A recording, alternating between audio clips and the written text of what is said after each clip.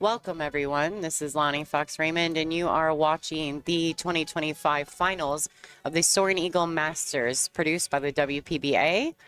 You guys see the ladies right there. Whoop. Lagging for the first break. Let's go over the match rules really quick, and I'll introduce my co-host for this matchup. The match rules for this are lag for the first break. It's an alternate break format thereafter. The 9-ball doesn't count on the break in the bottom two pockets. The 9-ball is on the spot, no break box. The opponents are going to rack for each other. There's 3 consecutive fouls, is a loss of game, and this is cue ball fouls only. I think I got all the rules there. So the contestants in this matchup are Tzu-Chien from Taiwan versus Pia Filler, the killer from Germany. This is a race to 10, and I have some fantastic co-hosts in the booth with me for this matchup. You guys are going to be so excited. Please welcome Jasmine Ocean and Kelly Fisher. Hello, everybody. Hi, everybody. I think this is like the first time Kelly and I are commentating together. I believe so, Jasmine. Yeah, we've done it often separately. Me and Ali, you and different players. But yeah, first time me and you doing it together. Yeah, and why is that? Because we didn't play so well at the tournament. Because we lost. Absolutely. Otherwise, we would rather be in there, but here we are. Yeah, but this is going to be an interesting final for sure. Both players have been playing really well, and it's been a long tournament already. Don't forget, they've been playing a lot of matches. So we'll see now who, still can keep up the focus for this long final, because it's now a race to 10. That's right. And I mean, it takes some stamina, Yesterday, Saturdays are always a tough, long day. Any player coming through the one loss side, which in this matchup, Pia has come through the loss side. I think she didn't lose till late on, so it wasn't like she had the brutality of the entire full day of Saturday, but she still played a lot of matches. Wei stayed on the winner's side. So that's been a little bit lighter for her, but still, it's a long event. Yep. Many matches. But both should be, in the rhythm. Both, been playing really strong. And Pia already started this with a really great break. And it seems like a pretty open rack so far. They've been both been breaking very well, actually. I think you could see that over time, players kind of got the hang of it. Yeah, for definite. How did you feel? Did you feel that you kind of honestly, adapted? The break was not my issue. The rest of it. So I was breaking quite solid, to be honest. And of course, every table is a bit different. So sometimes you need some time to kind of figure out, okay, should you go with more speed, less speed, more cut, less cut. But yeah, overall, the break was actually quite okay. There was other mistakes I did. Oh, well. I was going to say, then you can't blame the break. I'm going to blame the break. No, same for me, to be honest with you. The break was okay. It was really just me. But these girls have been breaking better, and I do agree with you. The break has been improving, like more control. I know at the beginning of the tournament, myself, I found that I was cutting too much just to try and make sure of that wing ball and trying to make sure of that one ball going where I'm wanting it to go. And I didn't need to overcut like that. And I've noticed that a lot now they've mastered it a lot better. The tables are certainly playing, you get used to them, because we've all played on multiple tables. So I think that's another thing, a comfort thing. And they're playing great. Wei played really well in the last match, and Pia just took out that hill finish there. Yeah, and it's looking like she can get that first rack. I'm wondering if she's got a position for the 7 in the right corner or going for the combo even, but just looking actually to go she's going to check it. Just follow and check it. Yeah, a little bit of right, just coming straight out of the rail. Yeah. In the UK we call that check side. Check side. I never heard that before. I know, I knew you wouldn't. That's in snooker. And here they call it, what do they call it in America? All right, what do you call it in Europe? Well, you want me to say it in German now? No, I suppose not. No, I don't think that's helping. Anyway, she played it well. Yeah. Check side. Some kill spin, a little bit of kill stroke. It's like really? Inside English. Inside English, that's the one I want. Inside, yeah. Inside spin. So you're kind of taking out the speed a little bit too. So you inside English. Yeah. I knew it, but I couldn't think. Yeah, and we call it check side. Check side. In snooker. Now I learned something, yeah. see? Yeah. There you go. Well, she played that very well. So looks like she's definitely getting that first point here. Remember, folks, this is an extended race to 10. Only one race, although the rest of the event is a true double elimination format. Yeah, what do you think of that? Just out of curiosity. Just before we say, let's see if she makes the night. Yeah. There we go. Okay. What do you think of that? Of the true double elimination? And then one race to 10 at the very end. It's funny because, I mean, the true double elimination is actually quite a fair format, right? Because very often, for example, when somebody loses in the rounds in the beginning, and then you have the final rounds, let's say last 16, and then you lose there, it's actually quite unfair that this person is out, or this player is out, and the other one actually kind of got a second chance. So this one is really fair. It just also gives you more matches, though. Yep. So that means the tournament runs much longer. So it's, and we used to play 2 final matches, right? When somebody came from the winner's side, you actually had to beat them twice. Yeah. The only thing for that, time ago, though. that was a long time ago. The only thing for God, that, we're was, old. I know. Tell me about it. Oh dear. But the thing is, for that, it was very confusing for TV, and back then it was ESPN, and it would be very confusing for streaming. You know, 1 minute you see Tzu-Chien beat Pia 8-6, and then next thing they're playing again. You know, so it can be very confusing. I think that's why that stopped. I think the one final is fine. Me I too. think that's okay, and it's a longer race too. And I think everybody's glad that it's just one more match. Exactly. So I think that's fine. But it is, the true elimination is quite fair. I agree. Fair system. So. Yeah, just curious what you thought, because I agree with that. Yeah. So now Weiwei's break. Let's see what she's gonna do here. She's gonna hit it well. Of course, you're always going for the wing ball, and you don't want to pocket the one ball, because that's pretty much the only ball you can control a little bit. Yeah. But of course, you take what you get. There we go, and she's controlled that well. That's Perfect. That's like a perfect break. That's like how you practice it. It's like the one ball goes one rail up to the corner pocket. The cue ball does the exact opposite, and then comes back to the center of the table. And I mean, they that's split just like that. That's what you want. It's just like, all right. And now the pressure starts because you had a great break. Everything is open. Now you got to do the job. It's like just funnily enough, yesterday I did this really ludicrous jump shot where I was stretching. I nearly broke my back. You know, I nearly tweaked my back because I'm getting older.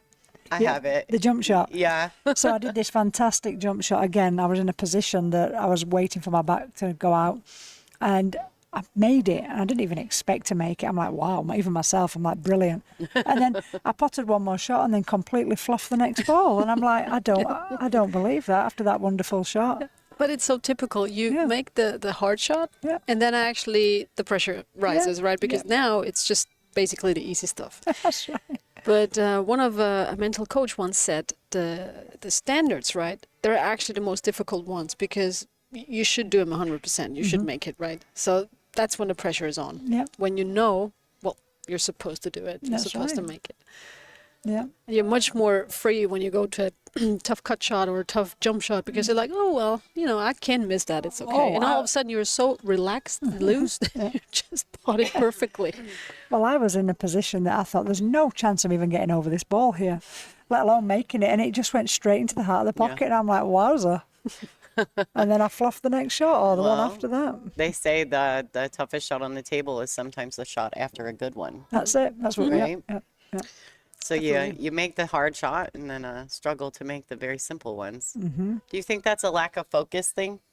No, that's what I just said. It's like it's because you know you're supposed to do it, because you know it's actually it's like 100% you should make it. That puts pressure on you. Yeah. So you tense up more, and you expect more. You know, with the jump shot that Kelly just described. Well, yeah, you can make it, but you don't expect it 100%, right? Yeah, so, it's to do with expectations and pressure, I think, combined, right? So the easier things are actually, you know, more tough than actually the tough shots. Yeah, That's when the mental approach is really, really important. Yeah. But so far, looking at Weiwei, there was no issue here. She's pretty calm, good rhythm. Yeah, no question of it. She's got on pretty much the right side of every ball. She needed this extension on a cue twice, but she played it there. You know, it's not that she got out of position. It's just that she's very comfortable and confident with the extension on the back. Have you seen the new one that's they're putting on the front? The new extension, the Hanshaw, yeah. James Hanshaw's come out with an extension that you put on the front of the cue. Really? I've got I haven't one. seen I'm that. going to show you. I've got it in my bag. I'll show you. Interesting. And it actually hits very well. And you can choose what tip you put on it. I'm learning so many things Oh, here now. I'm going to show you. You're going to love Check it. side, Check side. extension in the In the front, yeah. Very nicely controlled, every shot really there. So far, both players Perfect playing. pull. Yeah, perfect pull, definitely. The standard now has definitely improved. We've got certainly so many more players competing at a higher level. You know, in other words, what I'm trying to say is it goes deep. You know, at one time there was, I don't know how many, but then there was a definite gap between the next level, if you like. And I don't mean that in any disrespectful way or in any funny way. But now your top level is going a lot further, a lot deeper into, you know, more and more players. You have so many players that can actually win the tournament. That's what, It's not just 2 and 3. just 2 like the threes, men's. yeah. Just like So- the men's, you know. And even then, when you have players who are lower ranked, you know how pool is. It's a sport where you sit down and your opponent is at the table. You cannot do anything. When they're having a good day, when they're playing a good match, you can lose to so many players. Of course. And especially in 9-ball, right? It can be so cruel. Yeah. So you pot all the balls and you make certain mistakes, and all of a sudden, it's like you're 3-0 down, even though you potted all the balls. That's right. So it's like, well, what's going on, Yeah. right? Yeah. So Absolutely. That's what I love 10-ball. about pool. I'm being sarcastic there. You know, you can put all the balls and then leave 1 and 2 and you've lost. Yeah. Yeah, but that's the reason why I like, of course, 10-ball a bit more. It just takes out the luck factor a little bit, you know. So, but I get it that 9-ball is exciting. Yeah, no, definitely. All right, so it looks like Pia went ahead and checked the rack, and I just want to kind of explain what's going on there. With the opponent rack, the incoming player can check the rack. They cannot touch it. They can ask for an adjustment, but they are entitled to at least check their racks. All right, Pia fill it or break. Both of these ladies have been breaking exceptionally well throughout the entire event. Just interesting, though, Wave was breaking from the other side, and Pia is on. Usually, you know, players like, you know, they break on the watch the side. other one and then they basically stick to the same side. So it's always good to, for example, when you're struggling with your break and your opponent is not, well, watch a little bit And try and and copy. learn from that. It's like copy and paste. Yeah, Copy and paste. true. That's a good one. You try, you know. Well, once again, look, good. I mean, it's tough. From the 1 to the 2, it's tough, but she has an open shot, so she still, you know, she's still at the table. Good break. This is the key shot because if she gets on the 2, it's a natural angle to get on the 3. Yeah, but she doesn't have much room. No, to this get is the on key 2. shot. Like, gotta be right on the spot. Yep. Let's see how she strokes that one. Perfect. Oh, I think she's Perfect. just perfect. Yeah. Well, she's just come off this table. Wei was on the table match before, so you know they're looking very comfortable and confident, both of them. So I think we're in for a really exciting match here. So now just making sure what angle you want on that 3-ball, because the 6-ball, you know, everything looks open, but you want to have the right angle on the 3 so you can get down to the 6 comfortably. Yeah. You know, and want to be on the right side of it too.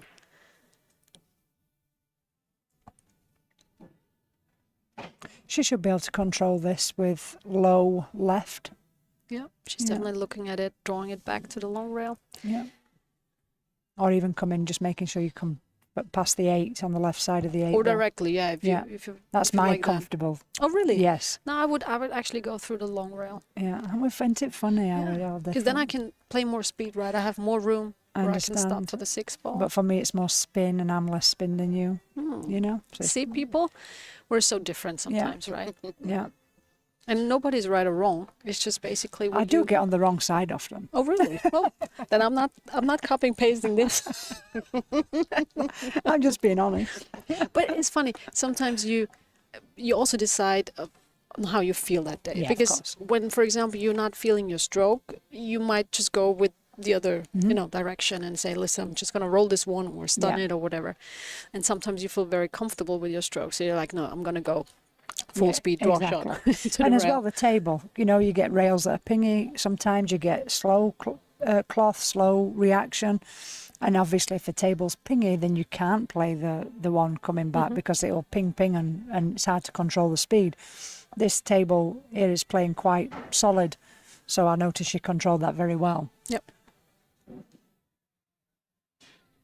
It's funny, I see a question here. Do you chalk your Q-tip with your bridge hand? Is there a reason you use that hand? Honestly, I chalk with both. I always say if you can chalk with both, you're cool. I don't, I'm not cool then. I'm not cool. I only chalk with my right hand, which is my grip hand. Yeah. Me also. No. No, I switch all the time. I can't do anything with my left hand. Oh my God. How Nothing. did you get to the top? How did you manage that? How did you do this? So what do anything. we actually were joking earlier, talking about how the fact that Wei Wei chalks very daintily. She's very graceful She's while very she's focused. chalking, Yeah. and then there were some of us that are just like grinding it, like sticking it back in the pocket, moving on about it, But we were talking also about, remember when the chalk you'd chalk and then at the end of your tournament, your whole hand would Oh, be blue. yes. Yeah, 100%.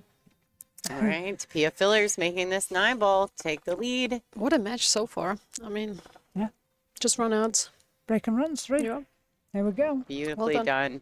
All right, guys, for just a second, let's take a look at our promo for the World Championships coming up next month.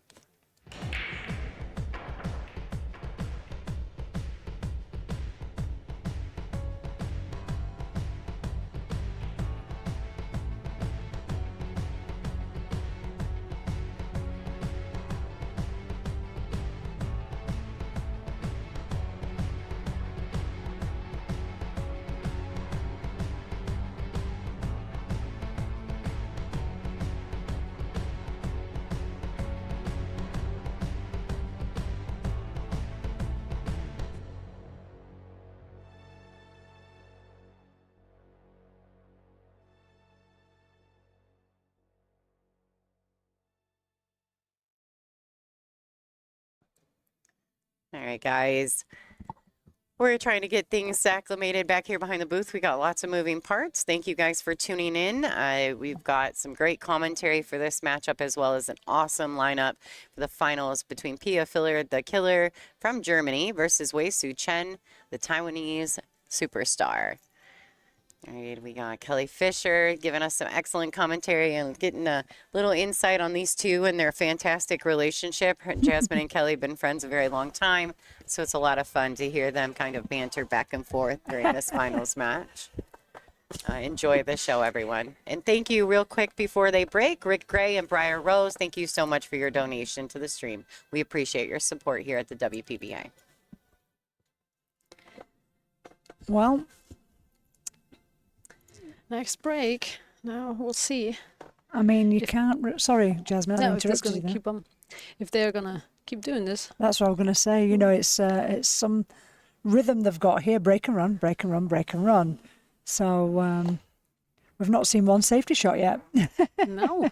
But There was not much to commentate so no, far. no. Everything was pretty obvious. Let's just chat about other things. Never mind the match. Yeah. Guys, you have some questions for us? Then now is the time.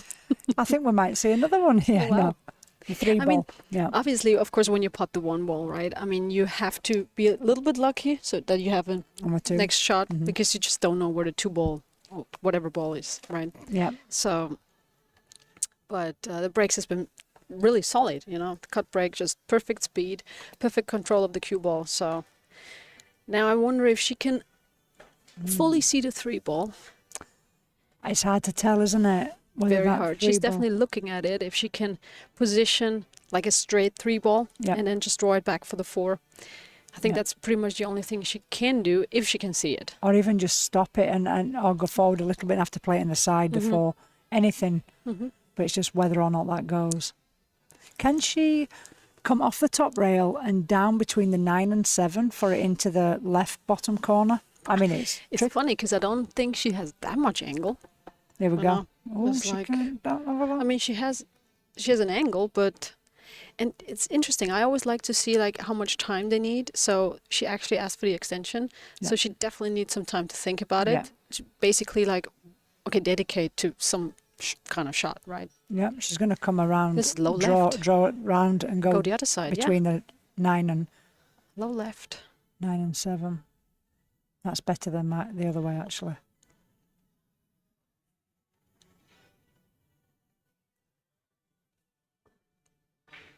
Oh. Too much. Oh boy. Too much. Yeah, it was way too much draw. Yeah. She would have needed more stun here. And of course, with that spin, she would have added a little bit of speed. Yeah. And I think for that kind of shot, she really did not have that much angle to Right. really go around. It was a tough one. That's why she was loading it and she overdid it. Yep. Yeah. At least you can see it, though. That's a good thing. So I think she can still play a safety. Nice safety, yeah. Hit it thin on the right side. Go back up with the cue ball. Put the 3 ball to the short rail, if possible. She was quite lucky she didn't scratch with the amount of spin on that, actually. Yeah, that's a good thing with tight pockets. Oh, too thin. Yeah, hit it too thin, Very unfortunately. difficult cueing from that pocket. Oh, definitely, right? yeah. All right, so Pia might be breaking serve here. Yes. Taking advantage of Wei Tzu-Chien's unfortunate cue ball control off the 2. So, looking at the layout, I'm just wondering if Pia is gonna play the 7 into the corner or side pocket. I don't know if it's really hard to tell. Mm-hmm. For me, I'm playing it into the side pocket, just of my initial preference. But again, yeah, and she's kind of a lot of straight on that 4, so it would make sense to, keep it simple, I suppose, and just get the angle on the 5 ball, just to come off the side cushion and back out again to play the 7 in the side. It's interesting when you say keep it easy, right? Because or simple, like what's simple, right? Yeah. I think it's probably different, right? Oh, indeed. To every player, what's simple here? Yep, 100% agree. Stop, or roll it, or Yeah.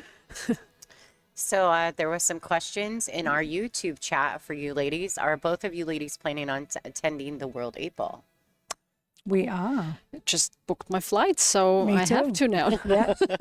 Yeah. No, definitely, of course, World Championship is always on the list. That's Yes. right. It's, No excuses here. Looking forward to having a World Championship in America now. and That's- also an 8 ball. It's Yeah. the first ever. Yeah, I cannot think women's- of one. No. Not in my career. So that's funny you guys say that because Billy Billing actually made mention to me that there was one many years ago. Right. But I asked Lori John the same question, and Lori John says if I played in it, I don't remember that it was the World Championships because she started so young, right? Right. So she's like, I didn't know what tournaments I was playing in back when I was younger. But this is never to the production level that it's going to be for this event. So we're pretty excited. Absolutely. And I've never in my 20. Oh, wow. Oh. Okay. Okay, completely different There plan. we go. Yeah. I don't know if she just played it because she didn't position well for the side pocket and just, Maybe. because it was kind of a 2-option shot too. Like if you Yeah. miss it, you still hook your True. opponent. Yeah. But I thought it was fine for the side pocket. Me but too. Again, Yeah. It surprised me. We were busy chatting. I didn't really think that she would have taken it in the corner. But yeah, to my knowledge, in 2004 I come to America, and prior to that I'd not heard of an 8-ball World Championships, but I've certainly never played in an 8-ball World Championships, American 8-ball that is. So I'm very excited for it. For me, it's my first ever 8-ball competition. I've never played a competition of American Really? 8-ball. besides Chinese Besides 8-ball. Chinese Yeah. 8-ball. That's Never in America. interesting. Yeah. So I asked April, speaking of the Chinese 8-ball, and you just came back from China, right? April was saying that the one thing she was having trouble getting acclimated to was that the diamond tables felt very short to her. They're low. Very, Yeah, very, very low. low. Very low. And I thought to myself, well, Kelly's taller than April. I can't imagine thing how I big said. she feels over this table First today. thing we said when we started practicing. table's low. Yeah, right. Yeah. Wild. All right, ladies and gentlemen, the score is 2-2. Oh, 3-1. Oh, 3-1. Sorry, I was looking Pia at took Pia's that one name. away. Yeah, so it is 3-1 in favor of Pia Filler. We got some great commentary in the booth. Thank you guys for tuning in. This is a fantastic lineup for this event. How did you guys feel about the competition level for this? Yeah, I mean, it's great to see all the players from all over the world, are coming to America. They're now with WPA sanctioned. They're, basically it's a ranking event, not only WPBA ranking, it's a WPA points ranking event, and it's attracting all the international players from all around the world, which makes for, a top level tournament. Like any major tournament, this is a lot of the same players that are going to be playing in the World Championships are here. So it's really, like I said, the standard really goes deep. The high level of players now, there's so many more, and they're all coming over and playing. I think it can only help but grow the sport. Absolutely. I will say that we did a little research, and Jerry Stuckert, our tech director here for the WPBA, crunched some numbers, and it looks as though we had an average Fargo rate of about 658. So I think this is probably one of the toughest WPBA event fields we've ever had. I'm not, me and Jasmine not being from America, we don't really know the Fargo system so much. But you have one. Right, I believe that, I don't know. It's so funny because, when you come to America, players are like, so what's your Fargo? I'm like, what? Yeah. I'm like, I don't even. I didn't know it was going to be a thing, or I'd have probably tried a little harder in some things when I was younger. I thought Fargo was a place in America. Fargo's a place in America. I watched a movie about it. It is. You're right. It is. But we're more familiar with that now. But in Europe, we don't really have that. No. So it's basically describing the level of a player. Based on performance. Yeah, exactly. Yeah, it's based on performance, but not only based on your performance, but based on the performance of every opponent that you've ever played against that it was recorded to. So any matches you've played, and then they go and beat, say you beat someone, and then they turn around and beat Joshua Filler, your Fargo's probably going up based on that algorithm. I don't really understand it myself, but I don't think nobody does. That's the secret. It is a secret. All right, guys, back to the match. Here we go. But no, I am looking forward to the World Championships. I think it's going to be a great event, and I do believe that the standard is improving, and it's great to see the girls coming over because I think it's going to improve the billiards, the pool world in America like it is doing worldwide. Yeah. Yeah, it's very interesting that we have a 8-ball World Championship now, because I actually did play in an 8-ball World Championship with the men. Oh. It's a long time ago in Fujairah, actually. Where? Fujairah, like near Dubai. Oh, right, okay. So that was a while ago. Yeah. And of course in Europe at the European Championships we play a lot of 8-ball. So Oh, well, I'm used to it a bit more, but not in like. I don't know. It's, everybody has a favorite discipline. I'm not the biggest fan of 8-ball, to be honest. Well, I don't even know I'd rather play 9 or 10-ball. But so we've had a lot of 8-ball actually in Europe. Right. Well, I really enjoy Chinese 8-ball, and that's the only game I've really played 8-ball. But totally different is Chinese 8-ball compared to American 8-ball, simply because of the, tightness of, it's a different pattern completely. You can't play a ball down the rail. You're knocking them off rails. Whereas obviously on an American table, you're not doing that. So it's completely different patterns. I have played in exhibitions, and God, when I first come over to the US, I played on the BCA Grand Masters, which was, I remember, bar box 8-ball, and I loved it. I really enjoyed it, but that was a great save. That was a really nice safety, because it was also a really nice safety by Pia, and then Wei could just see a little bit of the right side and just perfectly speed, perfect speed. Played it perfectly, perfect speed and everything. So that was a really good one. Good answer. So now we're kind of getting into the match now, right? So now they've ran out a couple of racks, and now we're to the safety game. Now let's see who's going to come out on top here. There's one thing, Pia has definitely improved a lot over this last year or two, for sure. I've noticed it myself, and by her results, it's obvious. She's got a very steady player.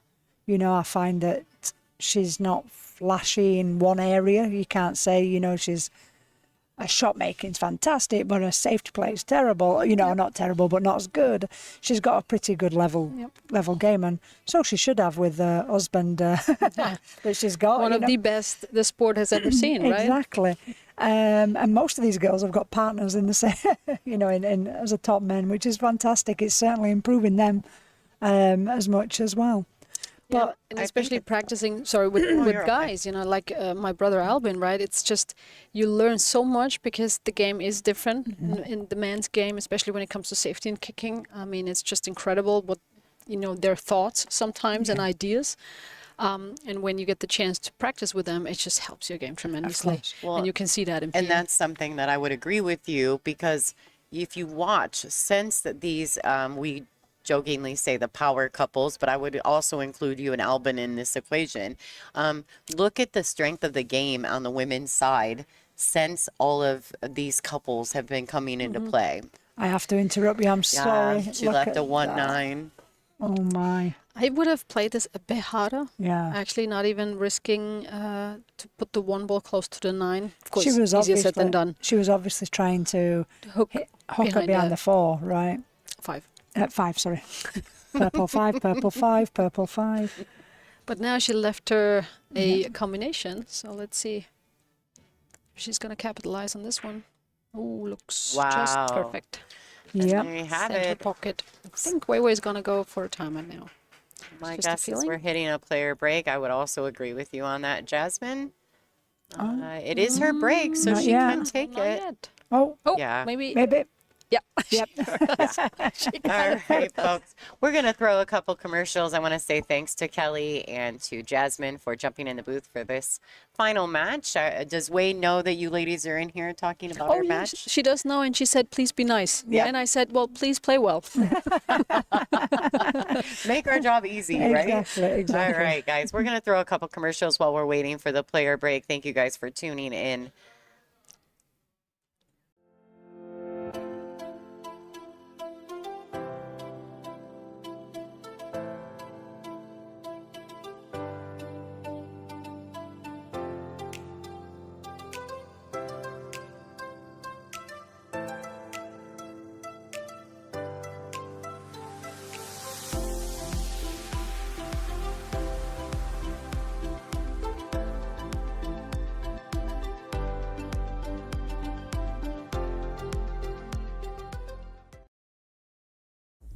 Digital Pool is the ultimate app for billiards enthusiasts, tournament directors, and league operators.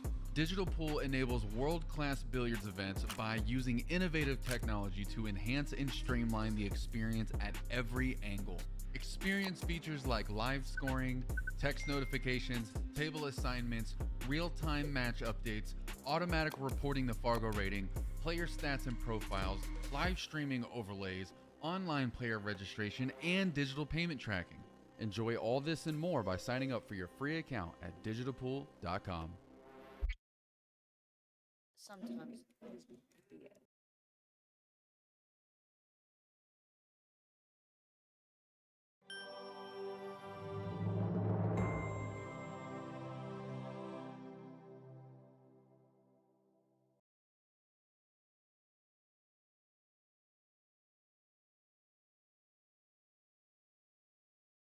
Hi, it's Chanel Rain, and you're watching the WPBA on YouTube.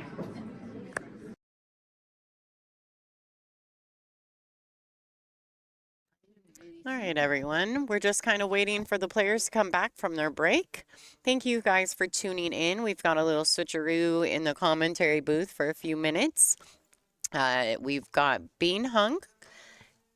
And Jasmine stepped out. Kelly is still in the booth. We brought Bean in with us. Jasmine will be back. Don't worry. I know all you guys are enjoying all their banter. They're quite funny, aren't they? So anyway, the score right now, Bean, is 4-1 in favor of Pia Filler. How have you felt about the match coming to this point? Well, I didn't expect that. We were like kind of guessing the score, and for me, well, still, Wei Wei is my favorite to win this match, but Pia has looked really strong.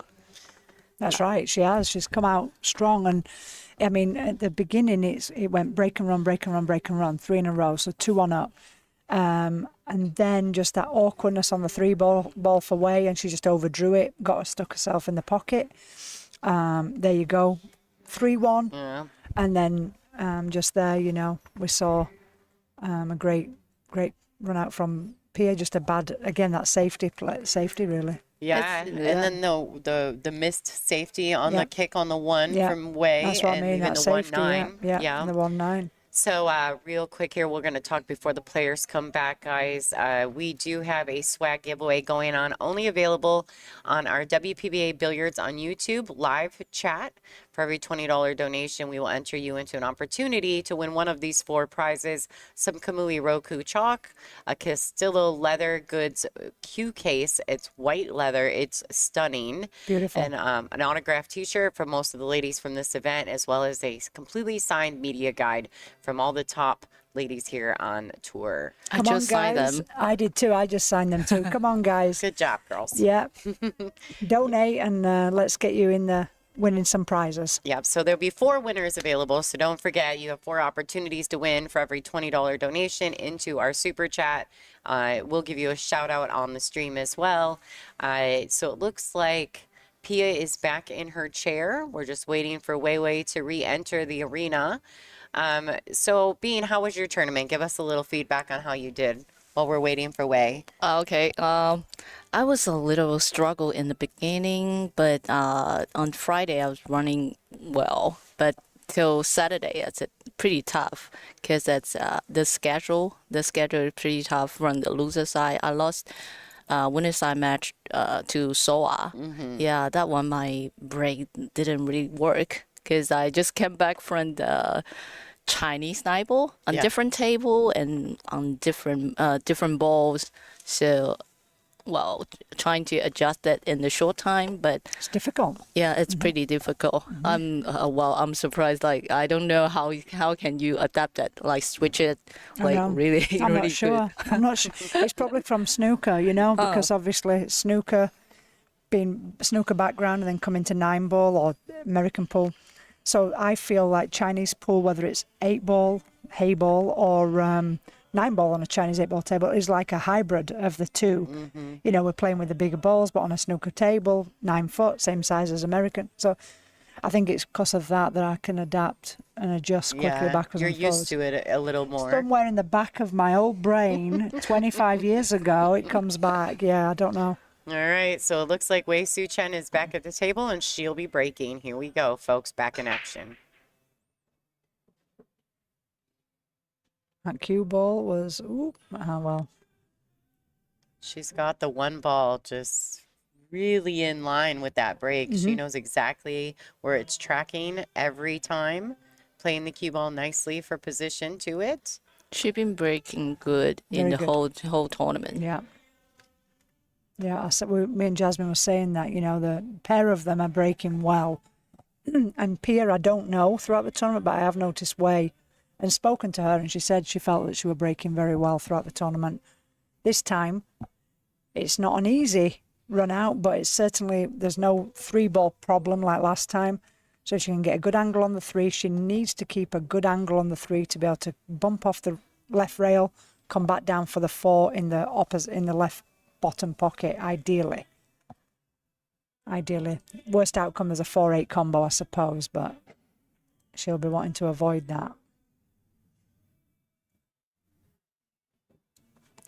Not quite as hard, you know, as hard. She wanted a bit harder, I suppose, just to not have such an angle. The streaming table looks like not so slidey compared to some of the other tables. I agree. Do you think that has anything to do with the lighting? Think that's possible? What, you mean the heat? Yeah, I mean, even though we're using LED perimeter lights, is that possible that it could be a little different? Years ago, I would say so, Yeah, but it's- now, not so much. I did notice that, you know, different tables were playing slightly differently this week, for sure. Okay. Some were pingier than others, some were slower, some were faster, some were more humid. Ask me why, and I don't know. Right. Oh, Boy. yeah, she did leave herself a bit too thin trying to hold for that 4. She would have been better actually wouldn't she, have just letting her stroke out, letting that 3 ball go right in the pocket, and then cue ball coming back over for the 4-8 combo even. Anything, right? This is the most, like, in the whole tournament, she's been doing this shot, delicate shot, very well, but somehow not really working in the final. Well, yeah, that's two errors that you wouldn't see normally from Wei, because her cue ball's very good, and in the 2 racks ago when she overdrew it and ended up in the pocket, the top pocket, and then this one. But again, not easy. It's not like she's done anything wrong on a very easy shot. It's always been trying to get perfect position that she's made the error. Well, I will say that Wei Wei is one of my most favorite to watch play when she gets down, because something clicks. I've seen this woman be down 6-1, 5-0, and come back and just snap the match off. Comeback queen. No, she's amazing. And hence why they say they call her the wave, right? Yep. Like, Exactly. I love her little commercial with the Q Queens where she says, I sit here, I look all nice. And she goes, and then, but be careful. That's right. I will whoosh right over you. That's right. She looks sweet and innocent. Yeah, I look all sweet and innocent. Very fun. Great shot. Well controlled. Smart and great shot. Mm-hmm. Some of the fans in the chat are pretty excited to have you on board, Bean. Thanks for jumping in the booth. Thank you. I love to be here.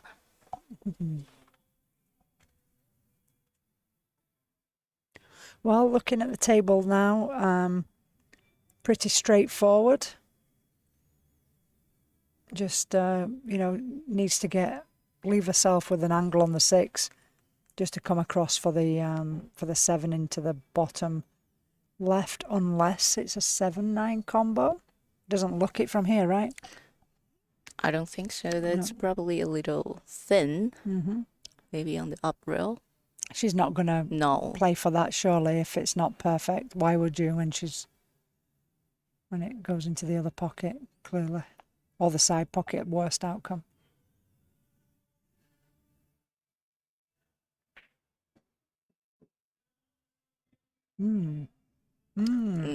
That's She may not have the angle.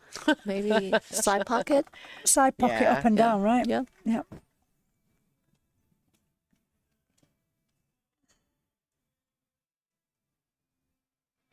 Just top left. Top right. Up to the top rail.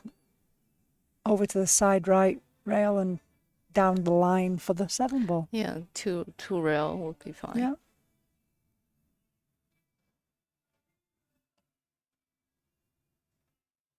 But the angle on the 6 to the side pocket looks a little tricky. Oh, she's going to the corner? She does like these shots. I've noticed that she goes for these she stays away from the side pockets more than me, Draw, for sure. yeah. Draw back. I would never play 7 this. goes in the side, I do believe, right? Yeah. I wouldn't play that. And I know myself, I just would not play that. Not that I'm right and she's wrong, or she's right and I'm... It's just what you prefer. Yeah. Yeah, it's your preference.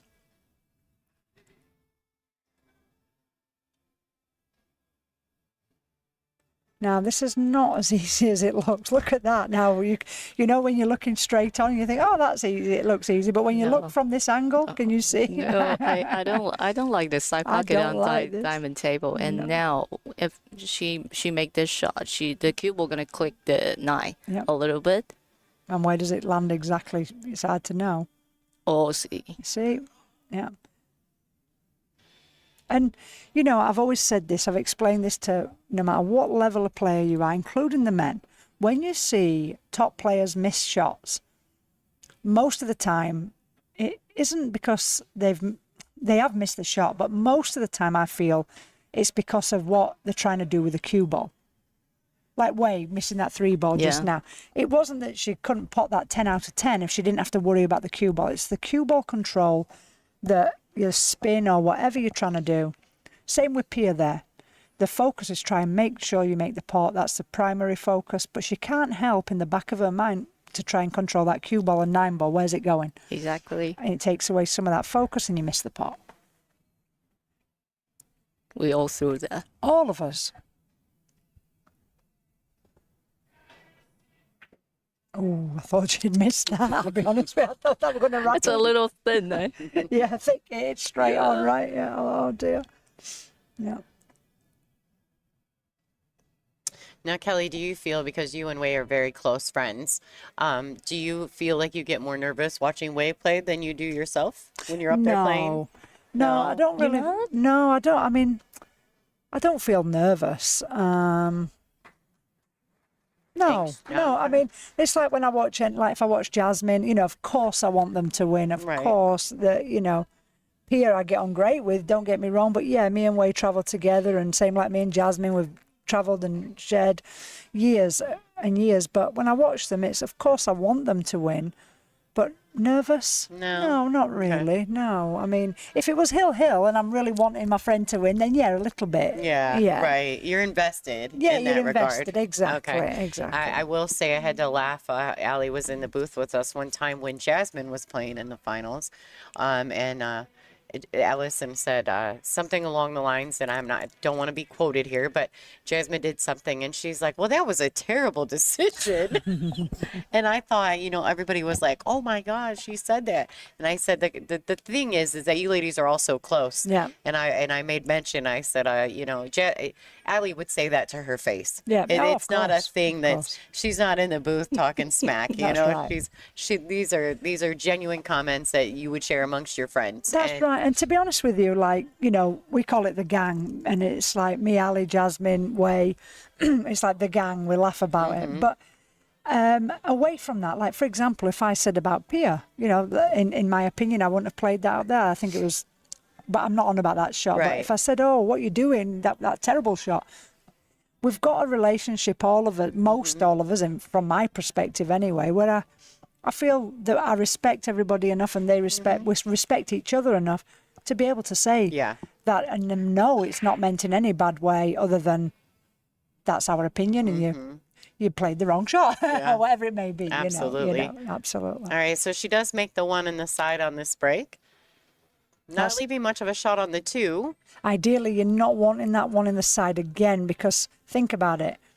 Had the wing ball just been the ball that went in and not the one, that one ball will be over the top right pocket now, and she'd possibly have a shot. Right. 3 ball might be in the way, but you get what I mean. But when that one ball goes in, that's when now you're looking at where is the 2? Has the 2 gone in? Where is the 3? And you don't know. In all kinds of the template rec tournament, everyone, all the professional player, trying to hold one ball, trying to control the one ball after break. That's right.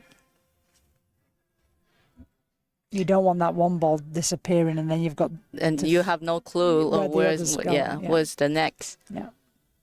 So I'm curious, though, with some of the men on the WNT, it seems as though they are trying to get the one in the side. Is that because they're breaking from the break box? They're not trying to get the one in the side, ideally. No? Now, in the beginning, when the when the break box first changed, they trying to make the one ball because they don't guarantee the other balls. Okay. But now, I see more and more players trying to avoid that and still get that win ball. Okay. Yeah, because now they've practiced it enough to know what power, what speed, what spin, where to aim at the one, to cut it enough to get the wing ball going in every time. Then they can avoid the one ball going in, so they have a one ball shot after the break. So that's the key. But at the beginning, nobody had mastered it enough, so you're just trying to make the one in the side, just to make sure they make a ball. Yeah. All right, that's there you go. You heard it here, folks.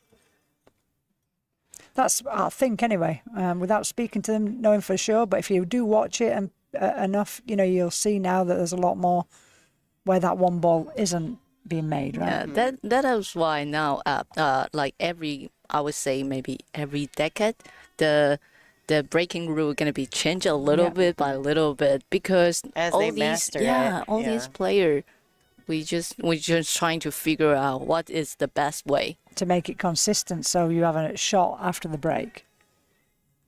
Because the standard now, I mean, you know, this is one thing that bugs me about 9-ball, if I'm honest, is the break. It becomes down to, especially look at the men, it can come down to where it's, oh, sorry, we had a big jolt there in the booth here because we wondered what had happened there with the spin.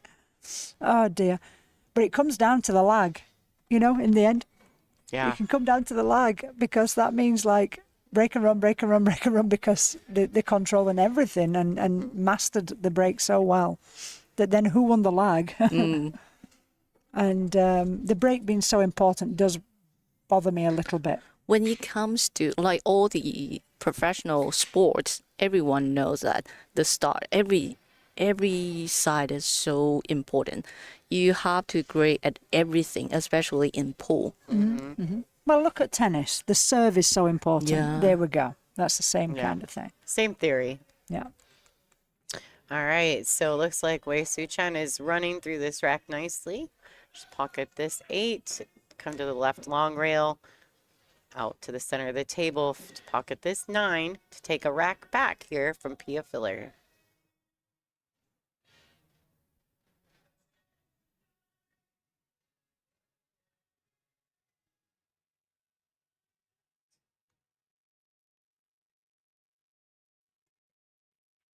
Okay, everybody Yep. can breathe. Yeah. Well, you asked me if I get nervous, and just then I was holding my breath a little bit. So maybe a little bit that I didn't even realise. You really know we yeah. do hold our breath. Yeah, We we do, do. 'cause If we- we're shooting, that means we're not doing something right if we're holding our breath. That's But right. in the booth, you know. Exactly. But I mean, how many of us, we've all missed that shot. So we Oh, all yeah. know it's missable, Yeah, even though absolutely. she shouldn't miss it and we don't expect her to miss it. So you're holding your breath. I could feel it too. I was like, none of us are breathing right now. Oh, dear. Oh. I thought, should I speak? No, I'm just still holding my breath. Oh, dear. All right, guys. So the score is getting a little closer. The score currently is 4-3 in favor of Pia Filler. Yeah, looks the timeout works. Yeah. Well, he's come back, like we just said. Comeback queen. Yeah, she's very well known for that. Take just a second if you're new to the channel to make sure you hit the like, share, and subscribe. We are on YouTube, and all of the matches from this event you can go back and watch. After the event is over, they'll all be uploaded on the channel. What a great thing that we're on Amazon Prime, huh? Yeah, it's awesome, Isn't it just? I mean, I've not had a chance to speak to you, Lana. You've been busy here in the booth every day. But yeah, fantastic. Yeah. Great work. Exciting times ahead. It's pretty awesome, and we're pretty excited to have them pick our broadcast to be their feature or their premiere on Amazon. So yeah, Absolutely. Let's see what we can do to help this sport grow even more. Right? I saw people post post on Facebook, said they watch it on Amazon at Oh, home. nice. Yeah. That's awesome. So that's exactly the goal, right? More people that get to be aware of how amazing this tour is, how amazing this group of ladies are. I think it's just even better look for our sport going forward. Absolutely. And right now, there's a lot going on in pool in general. Not just because I'm on the board of the WPA, but just let's mention that, you know, we've come together finally with Matchroom and everything's going well there. So the men, just when we think she's starting to get that wave rolling, right? Yeah. Like little weird things are happening. So Pia comes to the table. She does have a clean shot on the 2. I do believe it's past the side pocket enough to not be a problem. yeah. And the 4-ball being over the corner will make it a bit of a bigger pocket, if you like. So Yeah, she just really needs to stay down and focus on pocketing the 2. What would you suggest, Kelly, here for the cue ball? it's just got to come over to the, you know, Up over, and down on the short rail. yeah, short rail, side to side, yeah, side to side. Yeah, just like she really butchered that one. Yeah, for That's a bit sure. harsh, isn't it? I'll have to say that to her face later. But she did. I mean, she. Better be careful. She's working out, Kelly. Yeah. But no, she did. I mean, that would really could have let her stroke out there because the four ball did help, really. But I think she was being a bit too tentative. Just trying to be a bit careful. I feel the condition is changing a little bit. Like you see the last rack, Wei Wei's 2 inside shot, and like this one, I didn't expect Pia missed this by that much. I know. Yeah. Do you know that it's funny that conditions can change by the out, like literally. Yeah. Yeah. I feel as though I watched it change a little bit just based on how cool it got in here towards the end of the evening Oh, last it's night. freezing last night. It got really cool in It's the still building. freezing now. It is. I Yeah. had a hand warmer. I had 2 hand warmers to try and keep my hands warm. And I don't normally get cold, but I was freezing. I need to went back to the room and get my another jacket. Me too. I did the same thing, yeah.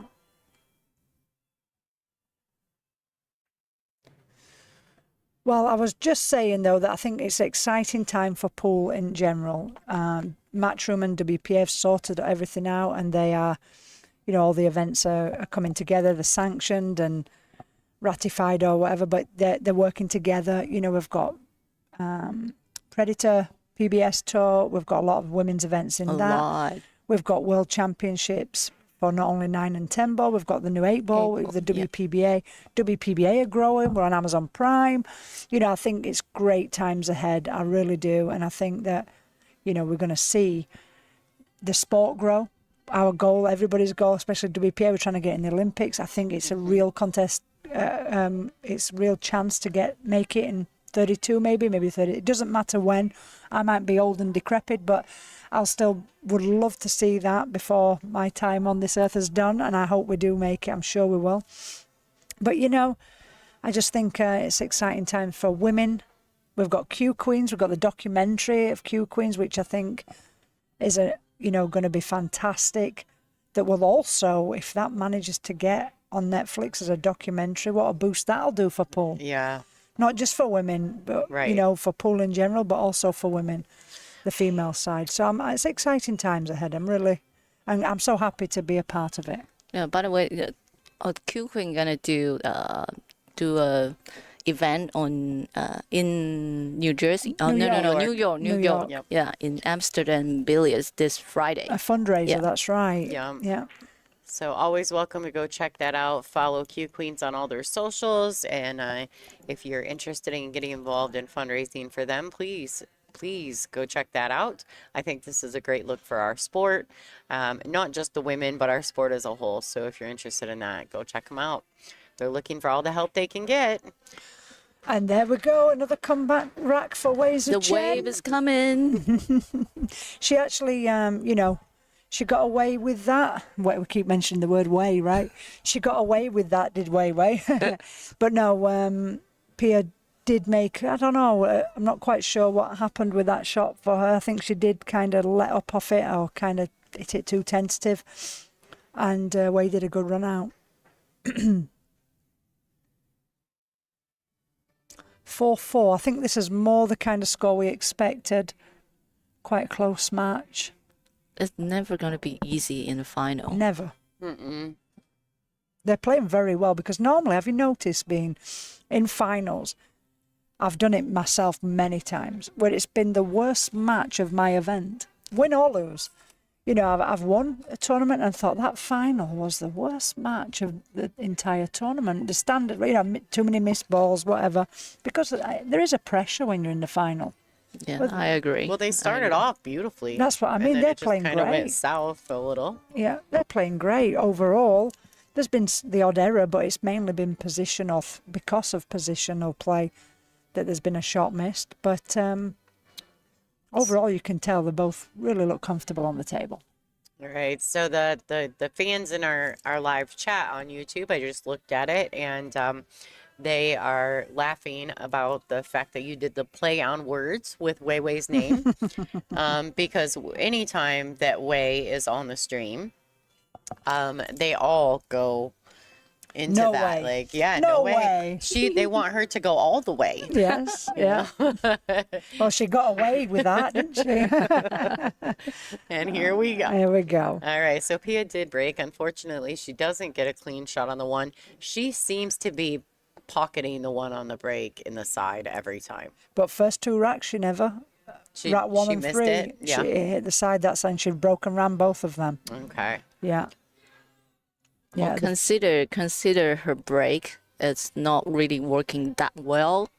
Well, she can survive to the final. She's like just really strong performance to survive to the final. Yeah, if your break's not working and still be winning, you mean? Yeah. But at the beginning of the match, a break worked perfectly. And I believe against Christina's Lativa, that Pia just won 8-7. I believe the break kind of come together. I didn't see the beginning of it, but at the end, she looked like she was breaking well. Yeah, she was actually, in all her other matches that we've seen so far, Pia's been breaking very well. But I don't. Again, what's changed from the first few racks is just that one ball is going in that side pocket compared to The before. earlier. Yeah. Yeah. Okay, I see that. All right, so I do think that, let's go to the overhead up look on this. I'm just reading a comment there, Lonnie. Kelly, do you remember your very first WPBA event that was played in Windsor, Canada? Yes, I do. I do, and I'll tell you a very quick story about that. I was 8-0 up against Alison Fisher. It was my very first WPBA event. 8-0 up against Alison Fisher. What did you race to? 9. And I missed a one ball into the top corner. Straight in one ball. Not easy, but still a long one ball into the corner. And I'd come from snooker, so I didn't know how to play. I know how to pot balls, right? But I didn't know how the strategy or nothing. Well, Alison tied me up in knots after that. My kicking was everywhere because I'd come from a snooker table. I didn't have a clue. I couldn't jump. So she tied me up in knots and I got beat 9-8. Oh my God. Yes. Wow. Thank you. Yep. So How can you forget that? exactly. Cannot So whoever forget. asked me that, I can't see your name right now, but whoever asked me that, yes, I do remember. Very, very So that's, Canadian Dave. Yeah, that's my friend Dave Arsenal from Canada. Thanks for that, Dave. Remember Thanks for rubbing it in. Yeah. 8-0 up and losing 9-8 to the Duchess of Doom. That's how I felt that day for sure. I was doomed. But no, she just tied me up in knots. And she was refusing silly shit. I thought, in my opinion back then, but I understand now more, thinking, why aren't you going to pot that long ball in there? And she was playing safe, and she had me in knots because she knew I didn't know what I was doing. And now you can jump. Now I You can jump. jump. Well, your jump shot last night against Sophia. Wow, I was next. I was watching next to you. Yeah, that was, I was explaining earlier. I was not a bit of luck, but I was in a position where I thought I'm going to pull my back out here, you know. I didn't even know I could have reached it like I did, and somehow I managed it. Yeah, you were twisted up like a pretzel trying Oh, to jump indeed. that ball. That's a good one. That's what. That's how I felt.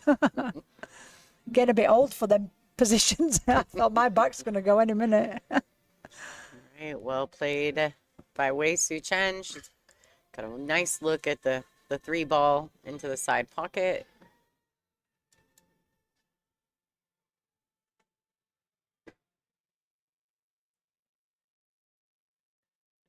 Now, I will say that I enjoy watching Wei play because for a lot of different reasons.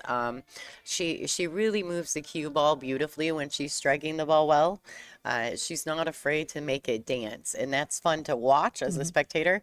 Now, of course, when we're not playing so well, it's usually not so good. But she's just so very talented with the cue ball. And there you have it. She's made a nice draw stroke back to the right long rail. I'd have played it probably different there, maybe. I might have followed it and just played the 4 and come around. I don't know. Bigger angle Yeah, on the 4. yeah. I'm not sure. Maybe not. It's hard to say. It's just personal preference. Exactly. No right or wrong necessarily.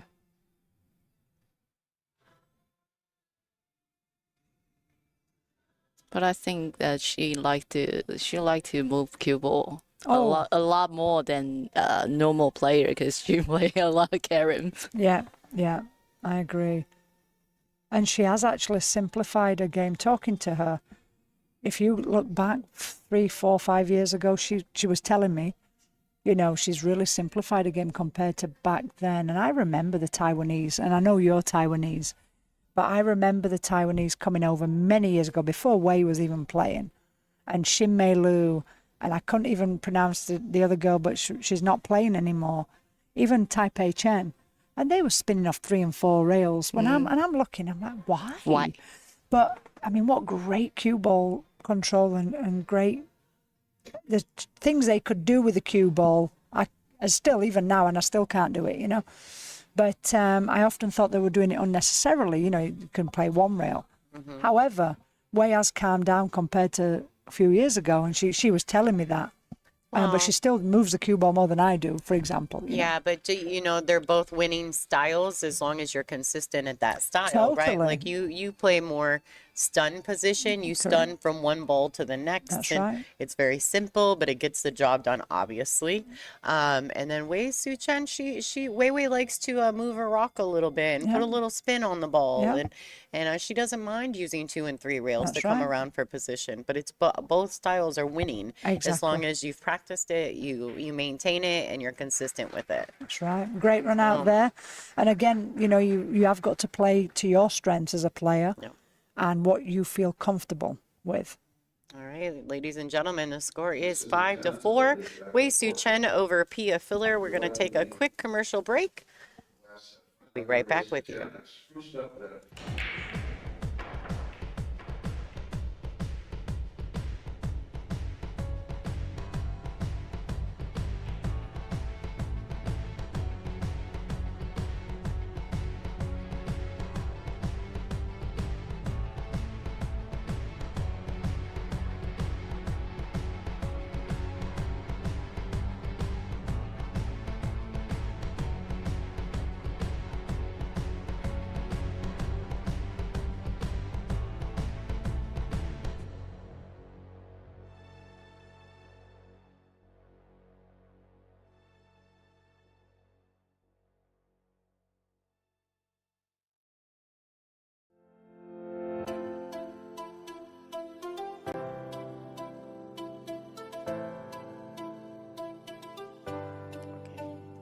You guys are fine, you're muted.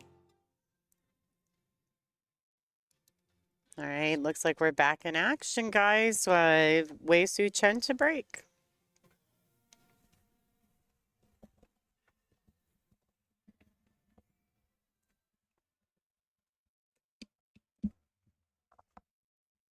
Okay, so let's see how this break goes. She was 4-1 down, 5-4 up. So this is a big rack. Ooh. So there, as we saw there, she didn't make the one in the side. She made it in the top left corner. But luckily for her, the 2 ball hung. Had the 1 ball not gone in the top corner, it would have been Pia at the table. So luckily for her, the 2 balls hung over the pocket, so it's gave her a shot. And these are pretty open, Bean, right? Yeah, the way she she definitely like work a lot on the break after Rex. Because in last event, we didn't have much time to practice the break because they just changed it like maybe a week before the tournament, so we don't have too much time to practice. So everybody was struggling on the break. As a matter of fact, we obviously, because of doing all the production stuff, we came in a few days early. Wei and Rita were in the pool room a couple days early practicing the break, and it was just they were just kept racking and practicing and racking and practicing. Kelly, the gentleman Dave who talked to you or asked you that question, he just said during that first event a guy sat with you in the bleachers and talked with you for about an hour. You told him how nervous you were. That guy was me. Oh, So that was Dave. excellent. Oh, well, Dave, you must have made me feel comfortable and less nervous. Thank you for that. All right, and here we go. Wei's right back in action, right back to work. Yeah. This Look at the inside. She's gonna put the She's going to inside. put a lot of inside in this. Yeah. Oh. So yeah, she didn't want as much actually. She wanted it with an angle for sure. But just back to the break real quick. You know the 9 on the spot. That has been played in Europe for 20-something years. In Europe, all the European Championships, all the Euro Tour, everything like that in the UK and Europe was always 9 on the spot. WPA put that rule into place, 9 on the spot on a 3-point rule. We're not playing the 3-point rule here. That might be something that later may have to be added once everybody's mastered this one. And, you know, like you spoke earlier, Bean, why breaks get changed is because we just don't want... We want it to be not an equaliser, you know, where everybody is just breaking or even control breaking, if you like, because it becomes a bit boring, right? So we want it to be a little bit more of the break to be a bit more excitement, if you like.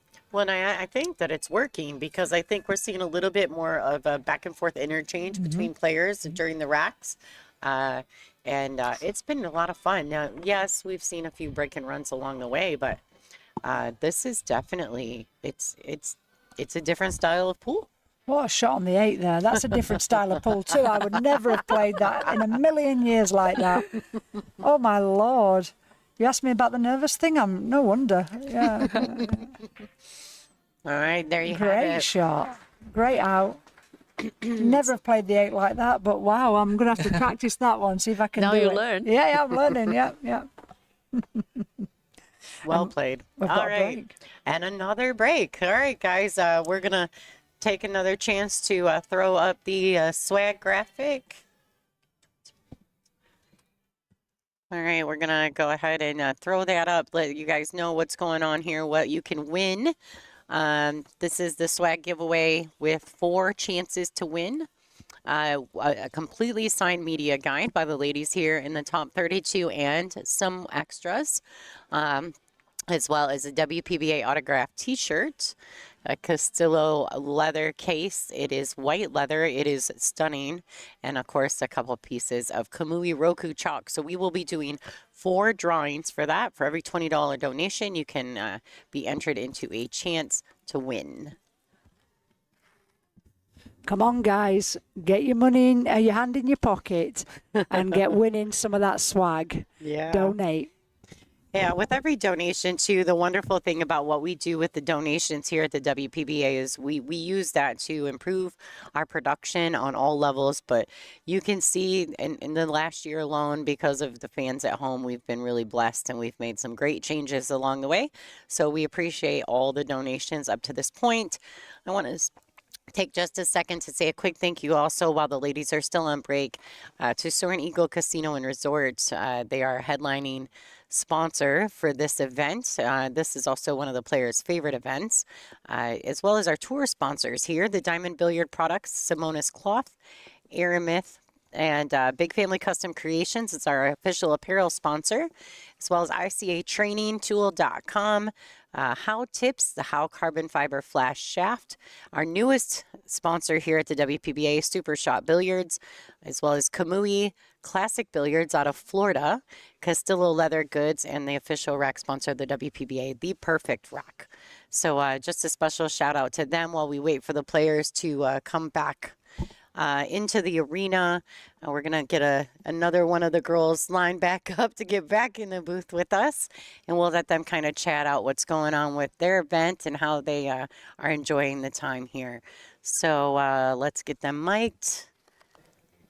All right, so we got Jasmine back in the booth with us.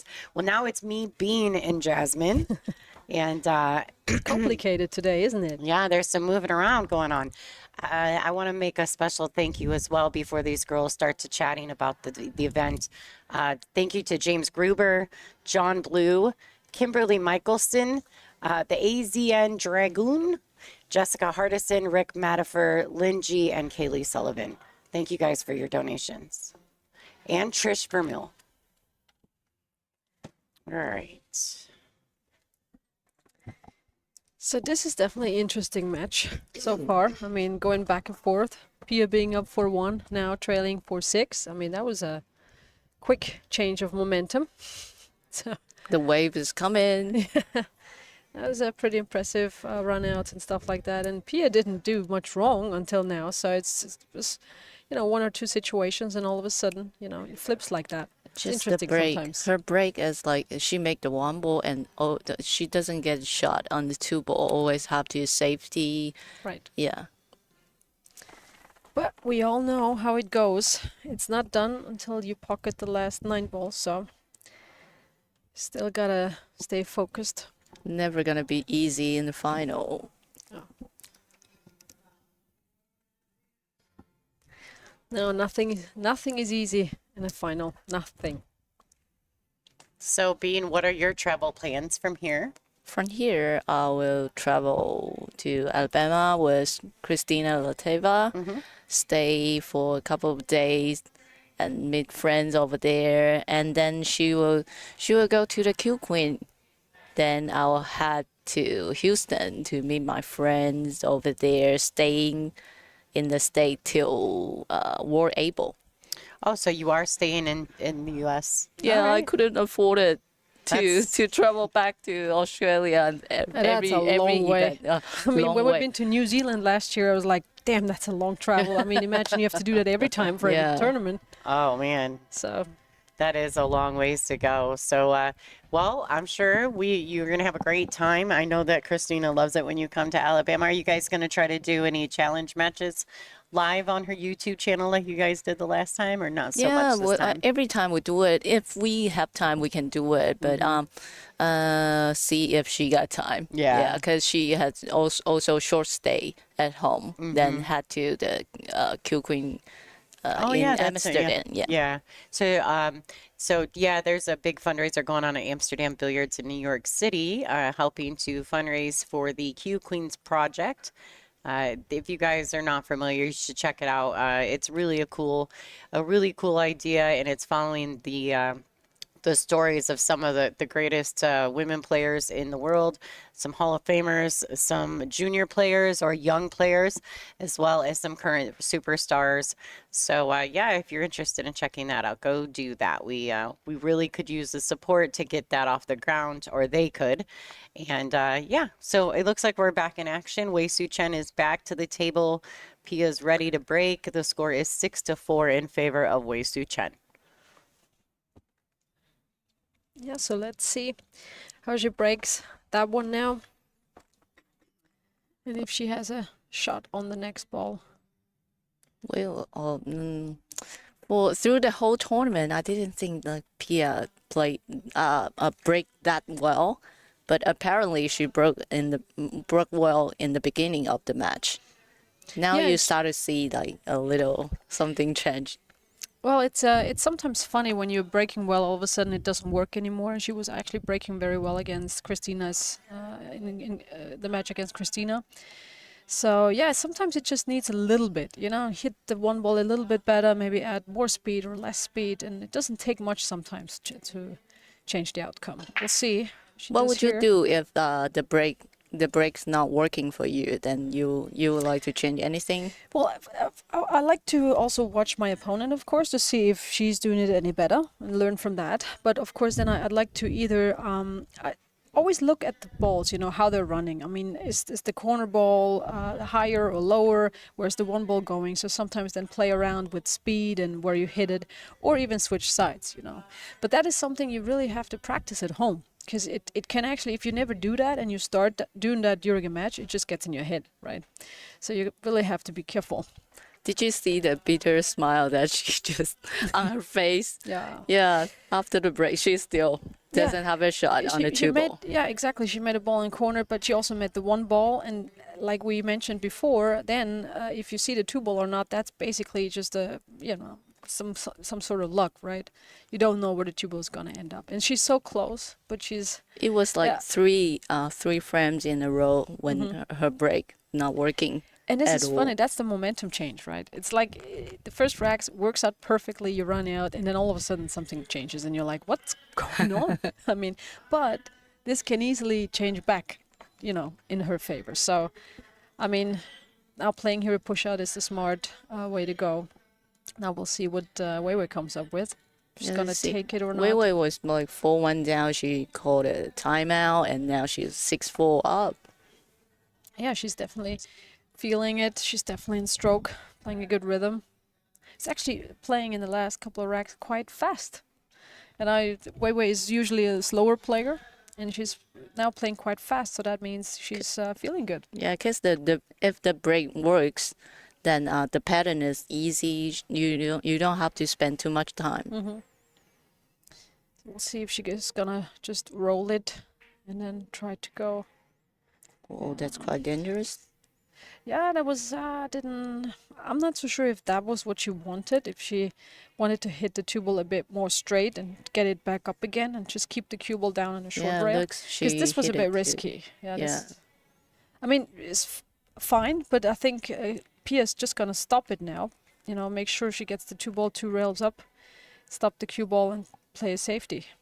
Well, if it's a good angle, she can probably bank it and have the full night combo. Well, yeah, that's definitely an option. You can try and bank it, but still make sure you don't leave the cue ball Yeah, open. have to just wait. to be Yeah, safe. oh. Yeah, perfect. Yeah. This looks like this combo is on. Definitely a way to come back into this match after sitting for quite a while. That's tough too, you know. So let's see if she can get this rack. Looks pretty solid, this combo.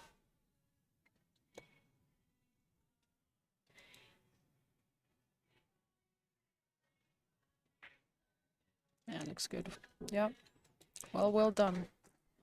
The start after the timeout. Yeah, that She's was a trying- hell of a bank shot. Quite aggressive, you know. But she still hold a cue ball. Mm-hmm.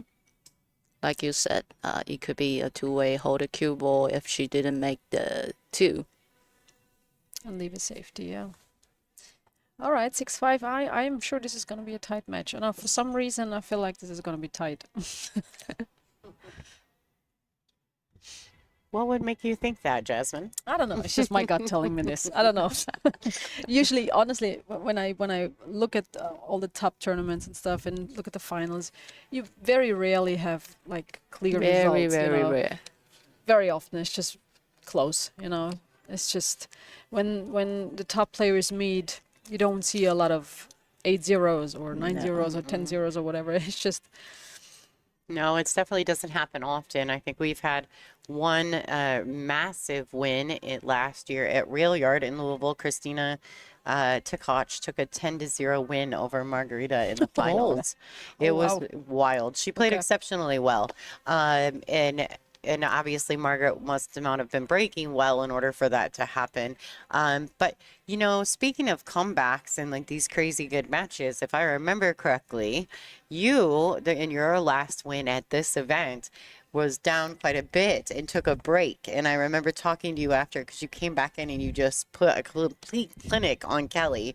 And I said to you, whatever you did in that break, it worked. You know? And but I you know, remember that one. Yeah. you had such a good finish in that match, and so you know how tough it is to be down and fight back. Oh, definitely. You see how big difference between Another- their break. Yeah, it's a textbook break. You know, I mean, it's just this is what you want to practice, right? This is the cue ball control. But I mean, again, she also pocketed the 1 ball. So of course that she sees the 2 ball is, you know, it is what it is. That's how the balls roll. But overall, the speed, the control is just picture perfect so far. I mean, she can't really be unhappy with this. No. But though the 4 ball is not in an easy spot, you know. So and even the 3 ball only goes to 1 corner pocket. So it's like you really gotta make sure you play the right patterns now, get the right angle. Her break seems to be getting better and better as the match goes on. Yeah, she's feeling it. She's dead on. She knows she has exactly the same speed all the time. She hits the 1 ball really well. Oh, So it's rolling a bit yeah, too much. it's a bit much. I mean, She is- want to put the cue ball on this side, but it's a little bit too much. Exactly, it's the right side. because now she can go over to the other side for the 4-ball, but it's a bit, yeah, a lot of angle here. Yeah, a bit steeper than she intended. Still doable, but tough though. And its question is how if she can really hold the cue ball. Is she gonna go low, 2-3 rails to the 4, or roll it? She's not quite sure.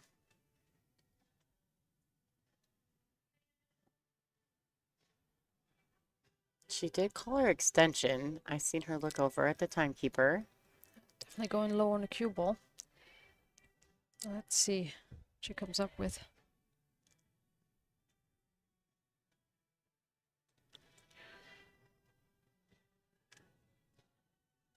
Are you holding your breath?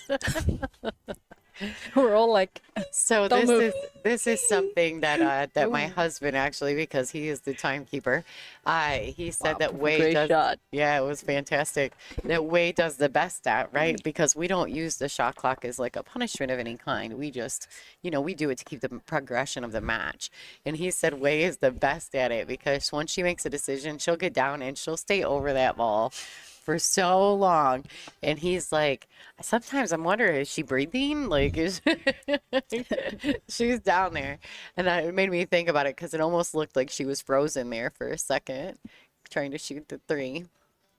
And she got under the pink 4 beautifully. yeah, it was a bit close to the 6-ball, so it was tough to cue, kind of hold the hand, and it was also, kind of your hand was on the pocket, so that was uncomfortable. And then straight down the rail, and I was just easy to miss that one, to be honest. But See. definitely, Bfia is gonna be happy about this one, this chance, getting another rack, and then even the score.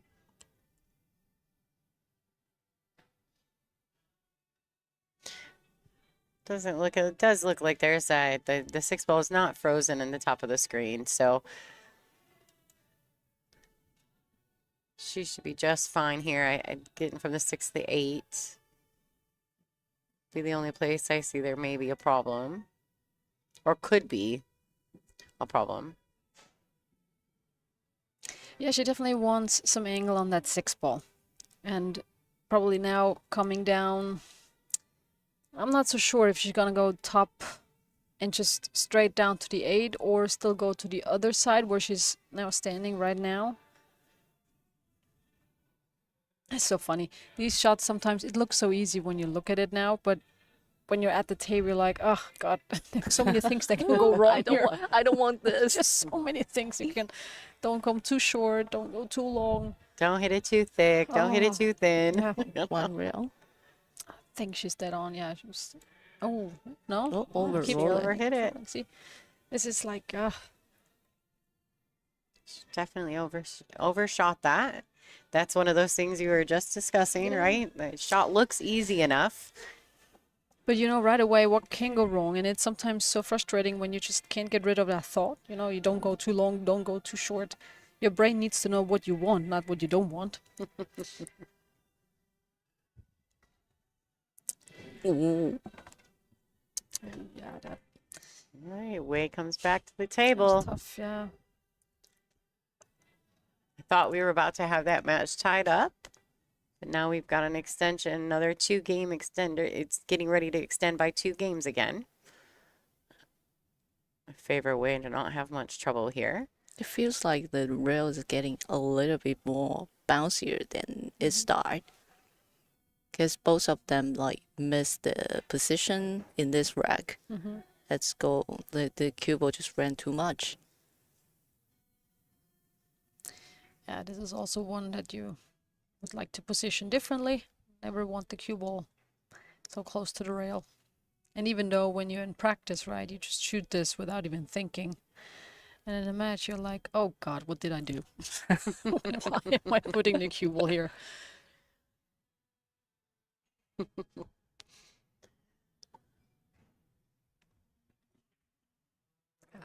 No problem for Wei Wei. She's definitely happy to get this one back.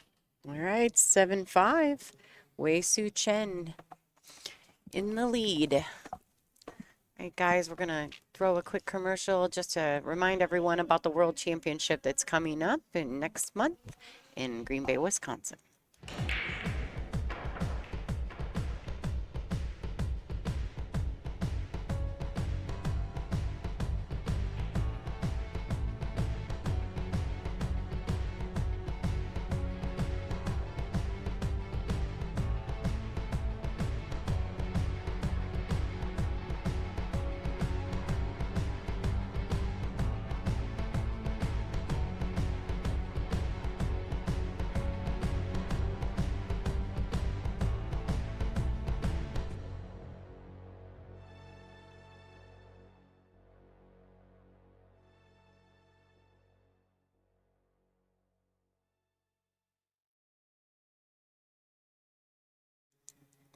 All right, ladies and gentlemen, we're back in action. Pia filler to break.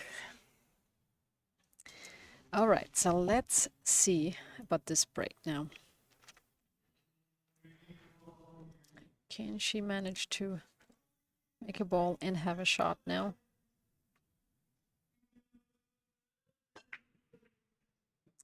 She made the one ball again. And then she, Yeah. oh, Yeah, it's not. look at Look at her face. look at Yeah, her, she knows. She knows. She's upset with that too. You know, she keeps getting wrecks like that.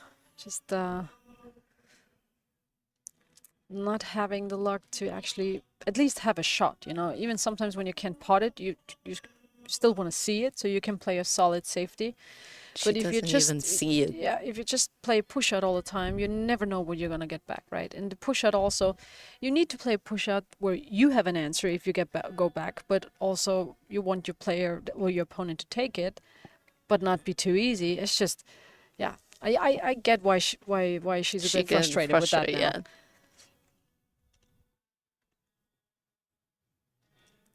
So now trying to figure out where to put the cue ball really.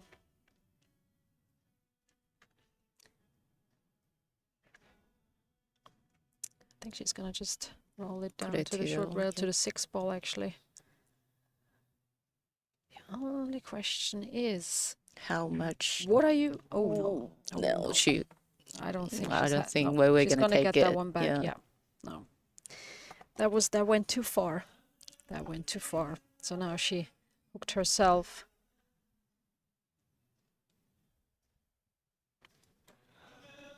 Oh, that's an uncomfortable spot to be with your cue ball now, because there's a lot going on.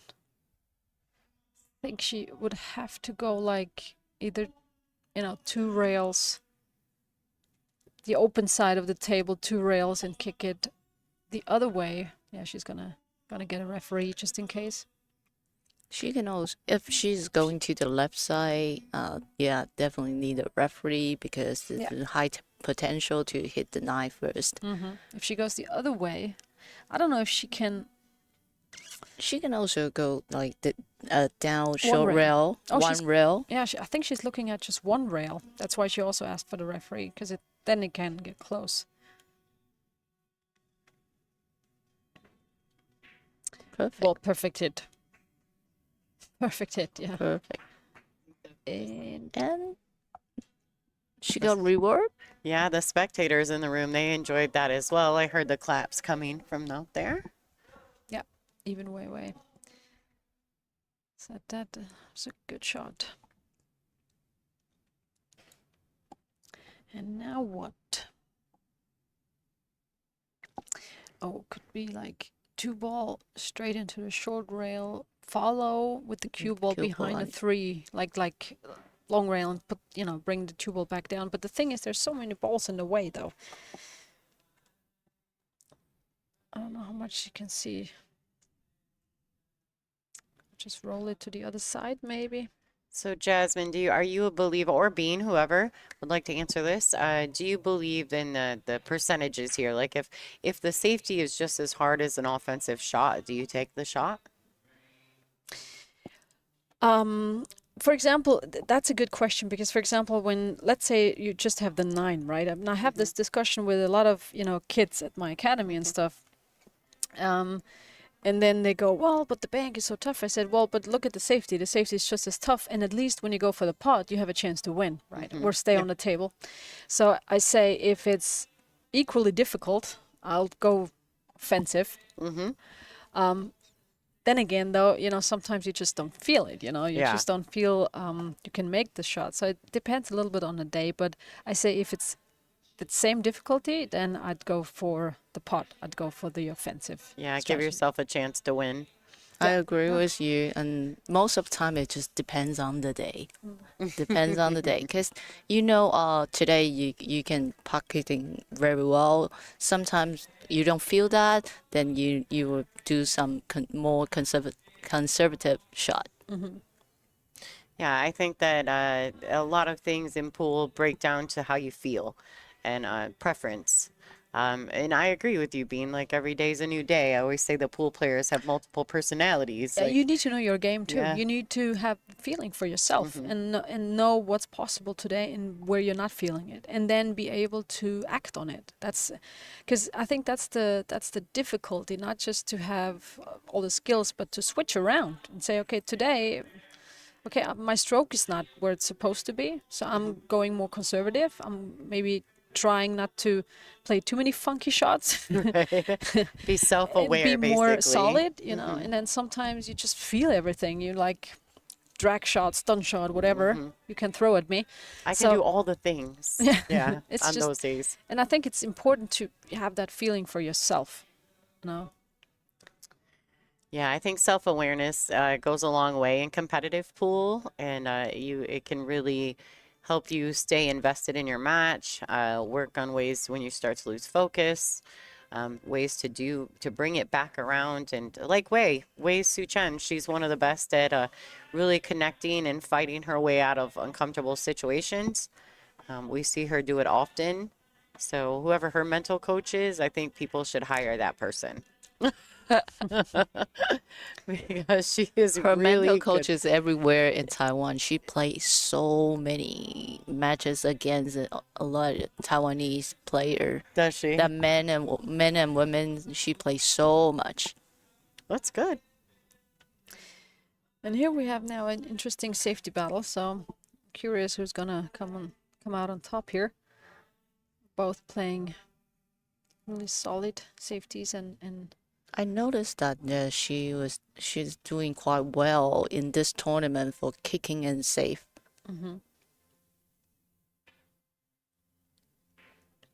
yeah, that I would say that's pretty much a perfect hit. Going 2 rails, sending the 2 ball back up. I mean, I think she left a combination though. I mean, not easy. Now we have the situation. Are you going for a safety? No, I think She's she's a going more for the offensive combo, player, so she's gonna probably go for that combo now.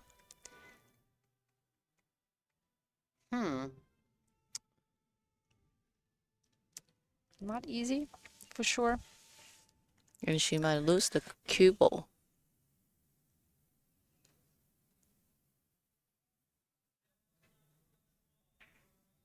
Well played. Great Very shot. well played. All right, so Pia is now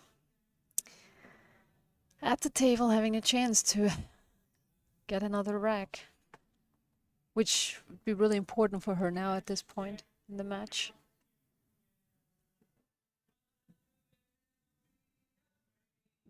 I think one of the, maybe it's just me, but one of the most important skills also is to, when I love to watch players is when they make mistakes, but then see how fast they come back into the match and how they keep playing. And for example, her husband, Joshua, right? I always feel like when I watch him, I cannot tell like what the score is just by watching him because it's just always the same. Even when he makes a mistake, which is very rarely. Yeah, fair enough. He just keeps on playing like before. And some players, you see that they get insecure after a few mistakes or change their rhythm or, I don't know, something happens. So I think it's always, for me, as a pro, it's always interesting to watch how players react and how fast and how quickly they get back in shape and find back in the rhythm. So, because we all make mistakes eventually, right? So That is something just that part of the Fargo game. Ray cannot tell. Yeah. Yeah, I really, Yeah, because the that's partner rate, that's really important. Yeah, absolutely. Well, and I think that that you're right. Learning how to regain composure after a silly mistake, or it goes a long way to show maturity at the table. And to be fair, it's all part of the training process, learning how to be competitive. And everybody deals with it differently. Some don't even think about it anymore, and some still think about this mistake 2 days later. I mean, it's how you are, right? And we're all different. That's why it is so difficult, and there is no one recipe that works for everybody. So, Joshua, I'm sure you're watching. Please tell us what you're doing. What do you do? Joshua should be Occasionally, either playing the tournament or sleeping. He's in Europe now, right? Yeah. Playing a Yeah. tournament. I don't know what he's doing, but it's probably the chances are high that he's watching when his, wife Pia is in the finals. So Yeah, usually he watches when we have Pia on. He doesn't get in the chat often. Fedor will get in the chat, but we know he's out there. There's no way Pia's playing and he's not sweating it. well, and Pia's been doing a good job here. Solid run out for her. Really important at this point. And Beautifully done. again, after the miss before, Yeah. that's really important for yourself, I was right? To about get to back on say track it, and kind of yeah. like, okay, now I did it, I finished it, and it's gonna give me some boost here. So All right. 7-6. Yeah, and she actually started that with a really good combo on the 2-6 to get that run started. Well done, Pia Filler. She's bringing this match back in line. The score is 7-6. We're getting ready to break rack 14. This is a race to 10. And I believe the payout is what, 15,000 to win? It's 15, yeah. for the first 15,000 to win. place. Yeah. It's a nice little payday for someone. One of these two ladies.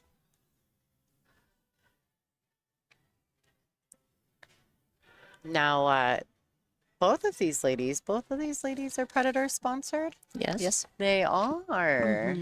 Both of these ladies are Predator sponsored. Both of these ladies have won a WPBA event in the past. Pia was the Team World Champion last year with her husband Josh, and who's their third in that? In The what? kid. Morris Newhausen. Moritz. Morris. Right? It was Morris. Oh, yeah, Yes, the team, Morris. you mean. The Yeah, Team yeah, World Moritz, yeah, yeah. Championship. In Yep. Puerto Rico. Yep. And then of course we've got Wei Wei, who's Taiwanese highest ranking player. She won quite a few WPBA events. She's won racks. She won Dr. Pool. She did it. She did it again. Yeah, but now Her two ball. she's playing. That's what we just discussed, right? I mean, Pia also pocketed the one ball, never had a shot. Now she pockets the one ball, but the two ball is right in front of the pocket. This is what we mean by momentum change, or that you have that, when you play well, you very often get those few rolls, that just help you a little bit. Yep. So nothing There's- wrong with that, but it's No. just it's interesting to compare both breaks, especially with the last one of Pia, pocketing the one ball, having nothing, and then in this case now Pia's probably thinking, what am I doing wrong? Right. That was like 3 or 4 in a row for her. Yeah. Yeah, and in the match before, Pia was breaking beautifully too. It's weird how that happens. I do wonder if the something in the room is changing. Like maybe they turn the air up, or is that a thing? I don't. It's so funny, especially when we had, when we were playing the Predator events with the set format, right? It is so strange how sometimes the momentum changes from one set to the Yeah. next, and you're sitting there as a player thinking, what's going on? I just ran out like maybe 3-4 racks, and now I can't pot a ball anymore, and it's just, I don't know what that is. It must be some mental stuff happening, some energy change in the room, but we all experience that all the time. That's what I mean. I think you have to prepare yourself that this is totally normal, though. You don't just run over your opponents, especially not on that level. You have to be prepared for stuff like that it keeps changing, and you have to always just be prepared and to have an answer. Well, I know for a fact after watching these tournaments time and time again with the alternate break format, there's always momentum shifts. Somewhere in the match, the momentum will change. Wei was looking at the 7-9 combo. Yeah, because I don't know if she can. No, No. the 7 does not go, does not pass the 8, so she has to make sure she plays position for the 7-9 combo, I guess. So 4, then 6, and then the combo. Inside. Yeah, top inside. Oh. She's trying to Oh, break it. Oh. Well, now she doesn't have to play the combo. I'm surprised now that Me she too. planned this. I thought she was gonna go for that combo because it looked alright, but maybe the combo was not on and she had to break him up. And if that was her plan, that was very well executed. Because that was dangerous. But it's really risky because she might hook herself. Yeah, that was.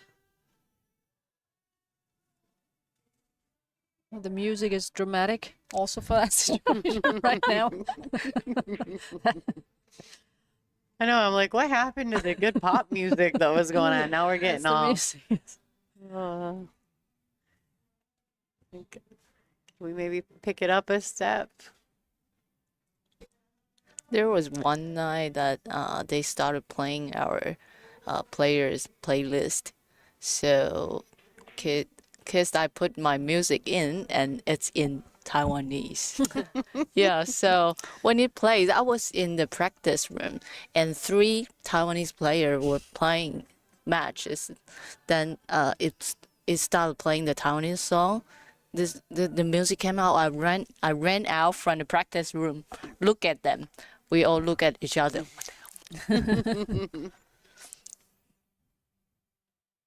Yeah, nobody can sing along with that music here. Yeah. All right, looks like Wei is taking advantage of that break. All right. 8-6. 8-6. Getting ready to break rack 15. I think we're going to take a quick break for a couple commercials. Thank you guys for tuning in. You are watching WPBA Billiards on YouTube.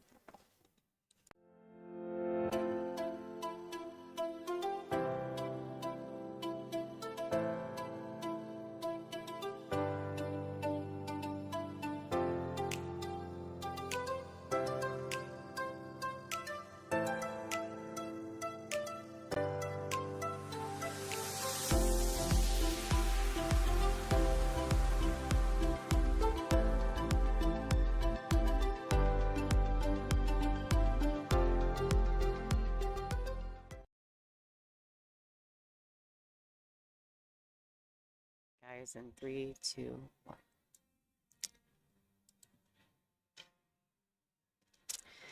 And we're back. Now Pia's on a break again.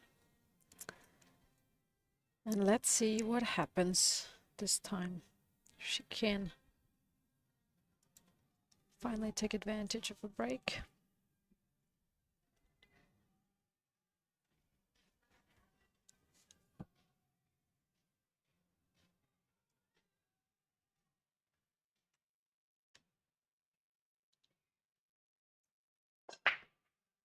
Corner ball. This no one, ball. whoa. Perfect 1 ball. And Oh, yeah. oh my god. This is.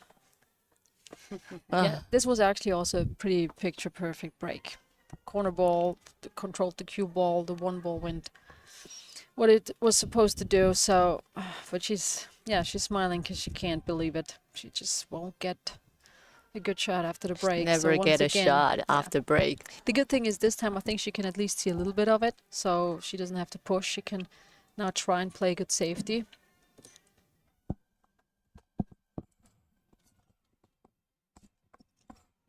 So let's see if she can, for example, hit it thin on the left side. And bring the back Bring cue ball back up up. and down. Yeah, and leave the 1 ball up. Let's see. Ideally, hide a bit. Oh, just- she put it in. Oh, she put it side. Yeah, Spin. Wee. Yeah. I mean, that works. That definitely works. I'm not sure she can see it. She can easily hit it though. Just hitting, one rail. Basically kick it from behind. And lift the cue ball up. Yeah. So then again, there's a lot of crowd here, so I don't know if she can really make sure that the one ball does not, get stopped by any of the other balls here. Let's see. I'm not sure. Maybe she can even see it. What do you think? Does she even pot it a little I don't bit? know if the side view sure. can. No. No. But she, I Oh, don't she can probably see it up. know. She's definitely looking at it too.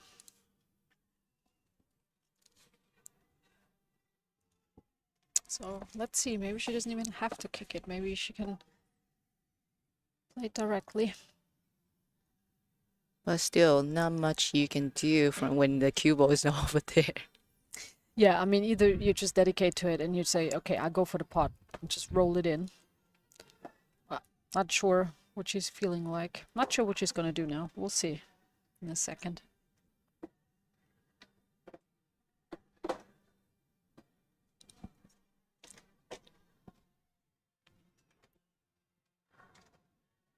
Okay, let's see. Oh, she can make it. Wow. Oh, Great shot. And she definitely dedicated to that shot. She went full speed. Straight in. Yeah. Because I guess she thought, when I just roll it, I roll and I make it, I roll too far with the cue ball, so just to be sure to maybe go back, But, I mean, it was very well executed. This is what I mean with dedication, It's like, okay, I go for the pot and I go 100% all in. One thing and I at a play time. it. Yeah. I mean, she ended up pretty well. She was a bit lucky running into that 6 ball and basically have a perfect position on the 3, but that 1 ball was definitely a good shot.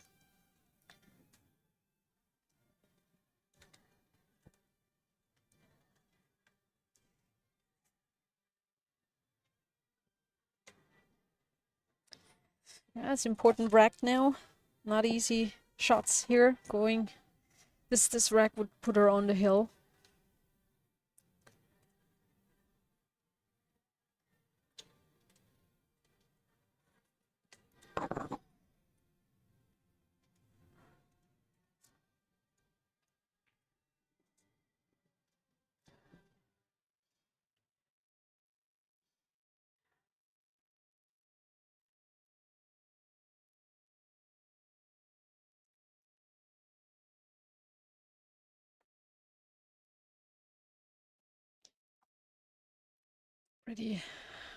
Pretty obvious shots here, right? Just go 1 rail back to the center of the table for the 7. Just making sure you hold that cue ball. She is really good at holding. And she definitely has the speed. And then she's feeling confident here.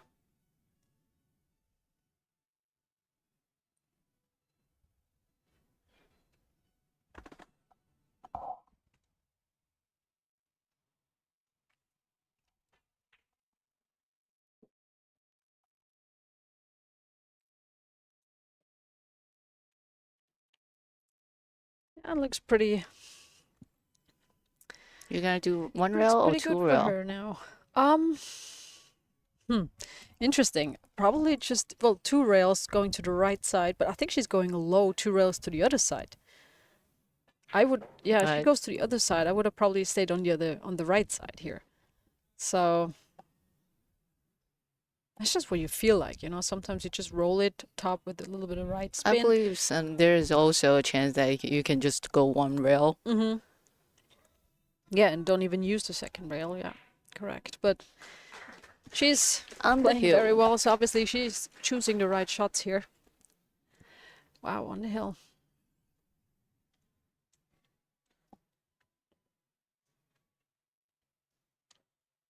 And she's breaking.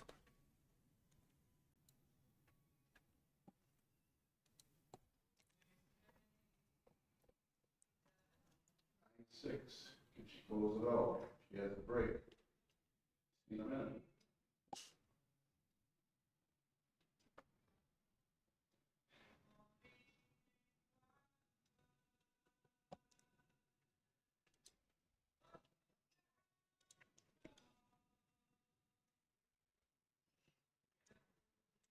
For people that want to donate WPBA and join the swag, it's a good time. You don't have, it's very close to the end of the match. So take your chance to win the swag. Just click the button at the money button at the bottom of the screen.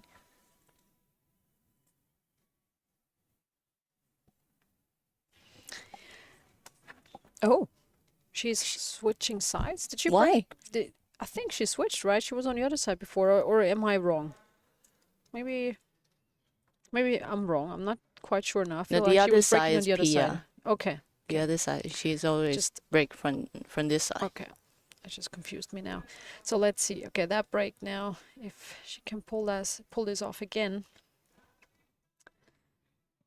If she has the rolls on her side now. 1 ball down. 2 ball down. And no No. shot. No, not this time really.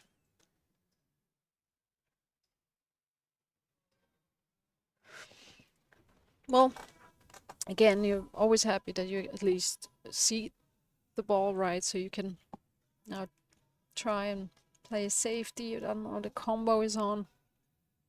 I would never go for that combo though. The combo is on? No, I said No. if it was on, I would never go for it. That's No, just, no, I don't no. think it's on, but I'm just saying that's not the place to risk too much.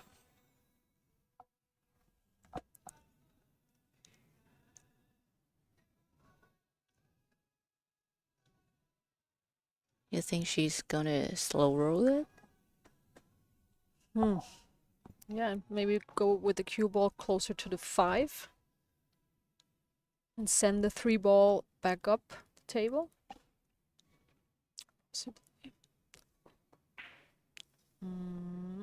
Or behind a 9, okay. So, yeah, she would have liked to add more spin here to really make sure you get with the cue ball closer to those balls here. But yeah, she was not happy with that outcome. Now Pia has a straight in 3 ball and the rest is pretty much open, so definitely a good chance for Pia now. But I think she has to jack up, play over the 5 ball. bridge over the 5 it's not easy. Doesn't necessarily make it much easier. Let's see how she conquers that one. Shot. Yeah. No problem there. And now it's important to have the right angle for the 5 ball. 5 to the 6. Because 5 to the 6 is important, right? That's just want to have the right angle on the 5.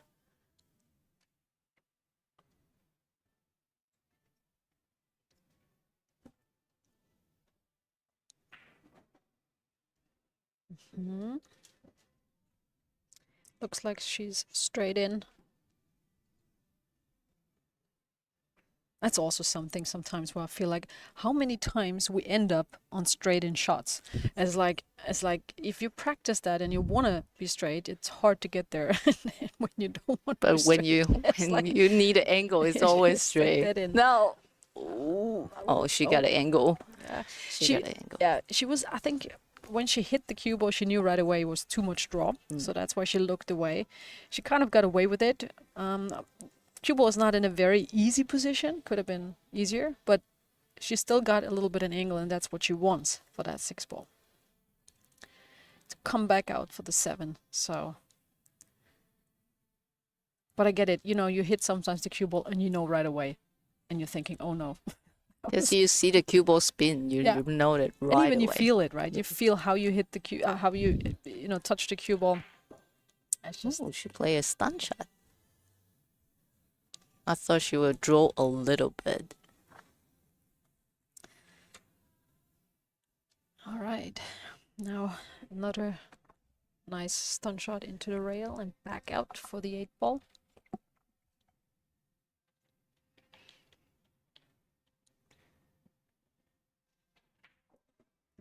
Very well played. No hiccups here.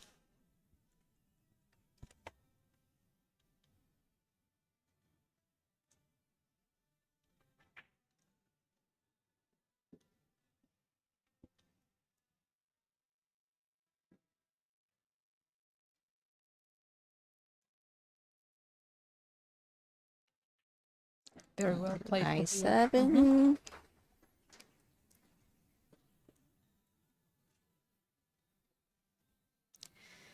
9-7 and Pia's break now. Yeah, the safety arrow. All right, guys, for just a second, let's talk a little bit. This is your last chance at the swag giveaway. If you want to donate to our YouTube channel, you just hit the little money symbol next to your chat box. You must do it as a super chat, a super sticker on WPBA Billiards on YouTube. And you have this rack, and we'll be closing the raffle down. So for those of you guys who are interested in getting invested in the swag donations, please do so. We appreciate all your support here at the WPBA. And please continue to enjoy this finals match between Pia Filler from Germany and Tzu-Chien from Taiwan.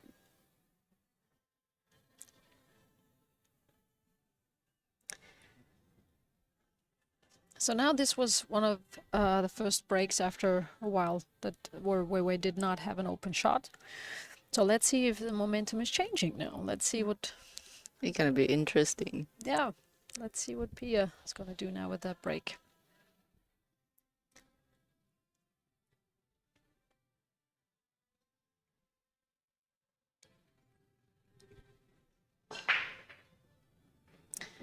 Okay, oh no, she look had at an that. open Look at shot. that. 1 and 2 ball down, straight in 3. And Pia is probably in her head is like, yes, finally. It's still the right time to get that, right? It's like, come on. I get that. I know how it feels. We all know. Yeah, you know, we all were know. breaking a couple of times and then all of a sudden it works fine, just like we're breaking very well. And then all of a sudden the break changes and the other one gets the open shots. It's just so interesting how that changes. But it's not done yet. Now No, you after a have couple to of breaks, pocket right, the you 9 ball, finally yeah. get like an open Yeah. shot, and then you have to stay focused now, right? There's no time to celebrate yet.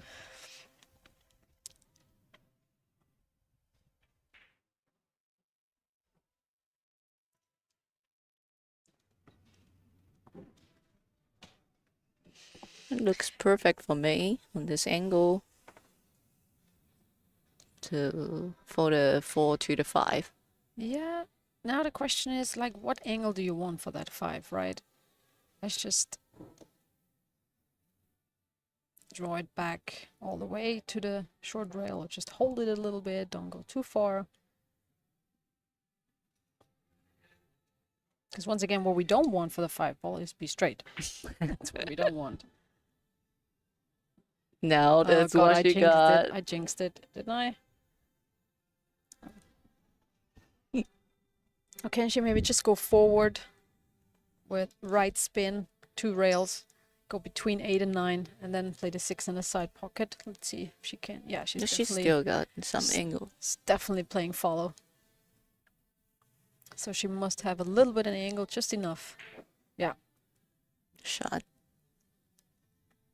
Okay, it was almost straight again. See that? I tell. This is like amazing sometimes.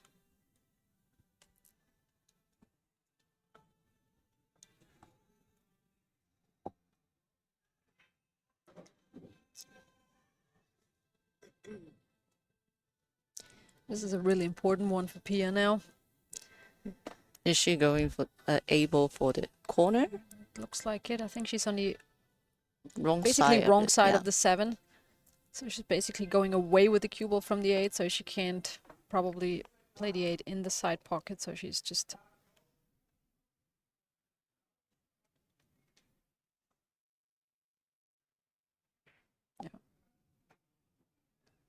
not trying too much here, just go for the longer pot into the corner pocket, which is funny because in training you would not care. Who cares? You know, in training you go, oh, I just go for the corner pocket. Who cares? But in a tournament you're like, nah, I would rather go for the side pocket, not not risk anything. She seems very confident here, so Yeah, she's gonna in this make rack. it 9-8 here, and this is getting even tighter. She took her chance that when she has an open shot after break. Yeah, important moment for her now. Exciting. This is getting more and more exciting.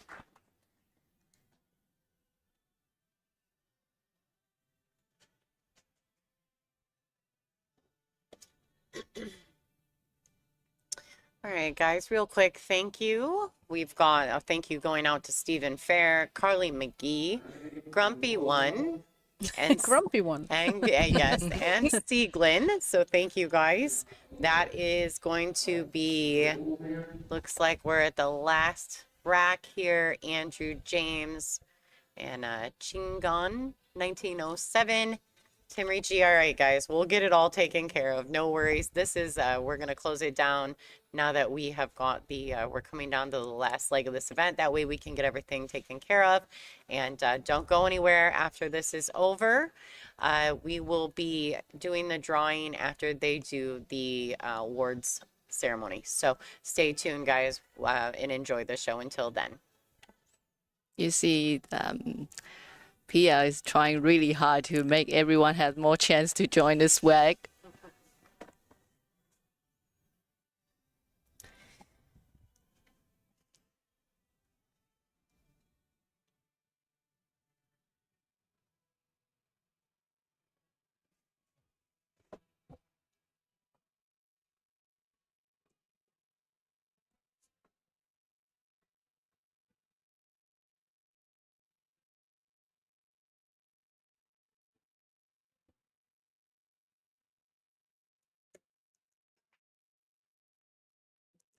They're hitting it both really well, I have to admit.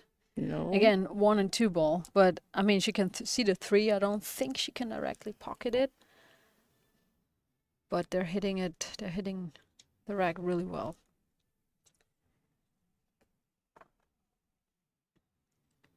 Yeah, she's looking at it. 3 Maybe- balls looks very tight.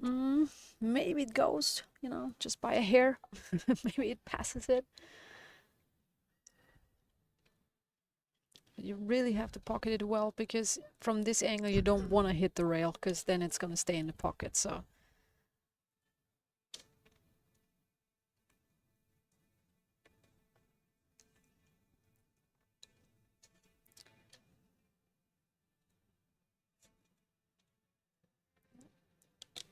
you might have to add a little bit of right spin to play position for the 4. You don't want to run into the 8 and 9 and risk anything here. So it's the shot up this rack. Oh, Ooh. okay. See, I was thinking she's gonna putt this one, and this is the reason why she's playing that final right now. We're sitting here. Well, I didn't see that at all happening. I mean, didn't wow, see that's, either. I mean, that's like offensive. That's That's like, really offensive. that's I can't believe this shot right now. I have to ask her after this match. What the hell? It looked like she Wow. banked it 3 rails. Wow, that was impressive. Never would have done that. Never, because if that shot passing the 6 was not on, I would have played a safety. Yeah. I mean, It's not a hard. It's an easy save, I would say. yeah. Oh, definitely much easier than that bank shot. Wow, I can't believe that now. Wow. Okay. Well, She's really wanting to close out this Yeah. set. I was definitely, about to definitely. say. Obviously, she's like, let's do this now.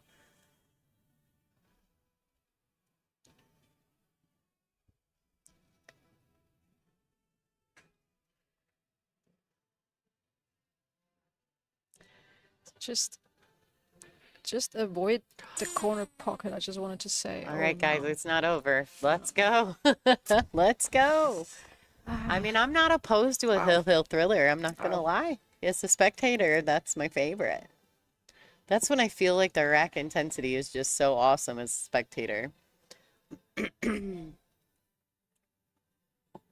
I thought that she would just spin the full ball, but instead of spin it, she kind of hit it a little too solid.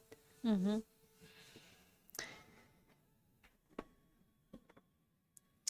That was very well executed, that shot. In that situation now, with the pressure is on, no, you really have to hit this one well. It's a steep angle.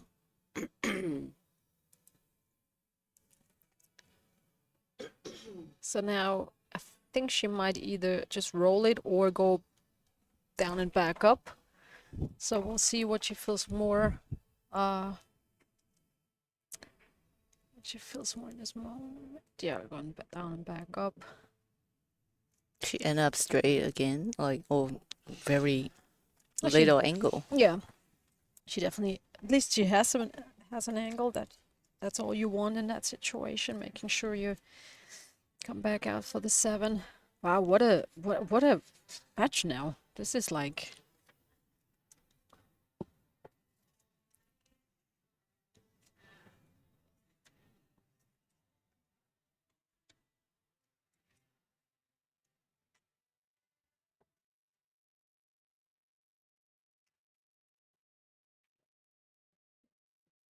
Yeah, she really had to punch this one. Didn't have much angle. Trying to make sure she can decrease that distance to the 7. Now go 2 rails.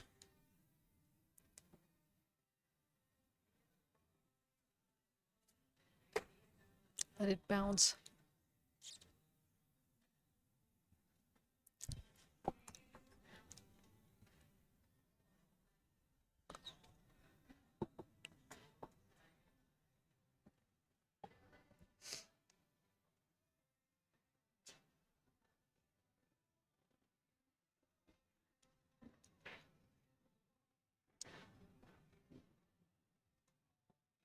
Shot. Yeah, she's got good execution going on.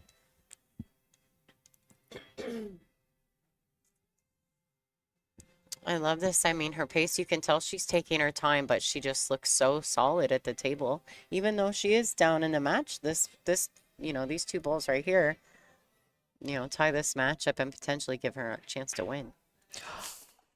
Oh no, I did not do that, y'all. The commentator's curse is not real. Kelly, you go away. Kelly, Oh dear. that is awful. I did not do Oh, that. wow. That's not real. Oh, that hurts. I understand. That's Oh my gosh. she was potting the balls really well. Yeah, the 7 she pocketing Oh. really well. Like just like the stroke out, doing the right shot, but this one I didn't expect. We all know how that feels. We've all done that already. Yeah, this is Wow. definitely what way like now to get another chance in this rack. I don't think she thought she was gonna get another chance. So Oh, and you that's guys. that's the shot for them for the tournament. I feel so bad. Yeah. Oh. All right. There you have it, ladies and gentlemen. The winner of the 2025 Soaring Eagle Masters, Tzu-Chien. I want to thank Bean Hung and Jasmine Ocean for their outstanding commentary through this match. And of course, Kelly. Miss Kelly Fisher. And who- yourself. Yeah, and after I did the whole commentary jinx there, Kelly's like, commentary curse. And I was like, you need to go now. But thank you, ladies, for a fantastic job through that finals match. Congratulations to Tzu-Chien. And although I'm sure Pia is not excited at the moment, she had a fantastic event. So congratulations to Miss Pia Filler as well.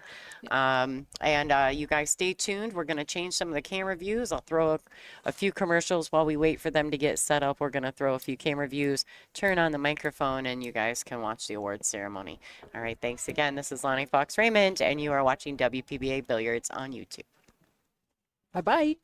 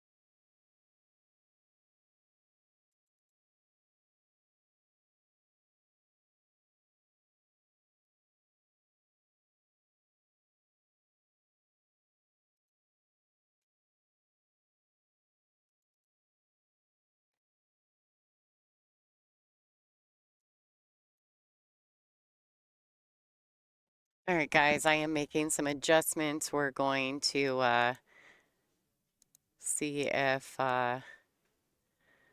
we can make this work for us.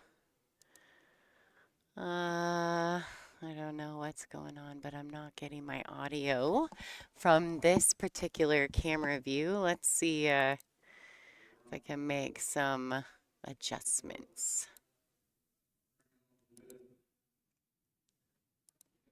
All right, okay.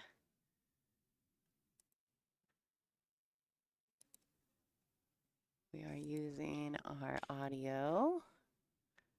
Usually I have no problems getting this up. Something's going on today. They may not have it turned on.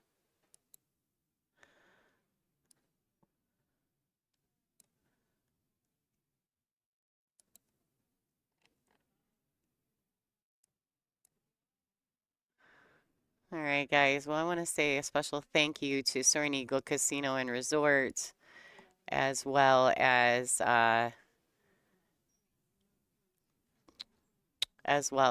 billiard or golly, we're getting all distracted over here. I apologize for that. We have got so many things going on around us right now at the final end of this event. Congratulations once again to Tzu-Chien, as well as Pia Filler for an outstanding event. I'm going to try to get everyone to kind of stay out of the way. We do have Corby Dayhoff here doing comments or doing pictures. If you guys can hear them, I apologize. It might get a little crazy for a second. While they're getting set up, I am going to remind them all that there is a camera live on this side of the room. Yeah, so we're going to do the drawing after they do the award ceremony, so you guys stay tuned. I want to thank everyone for coming out. This has been a fantastic event. I want to say thanks to all the fans that have watched on multiple platforms to support the WPBA. We're going to go ahead and turn on the microphone for the arena area. I'm going to go ahead and mute my mic, and then we'll be back with you guys shortly. Please enjoy the rest of this event, and we'll let you guys know. I'll come back in once we draw for the winners. There will be 4 winners available, and best of luck to all of you who donated to the WPBA YouTube.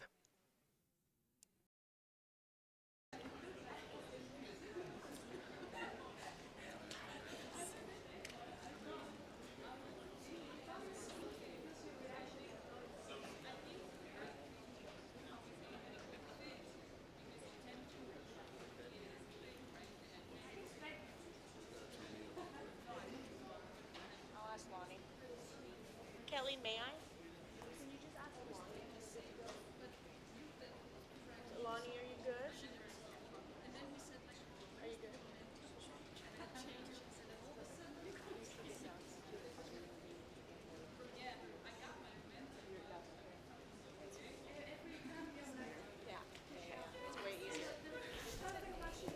All right, everybody, we're going to do a spin wheel for the 4 winners, so be ready. Yes. Silent numbers. Yeah. All right, we're going to begin the award presentation.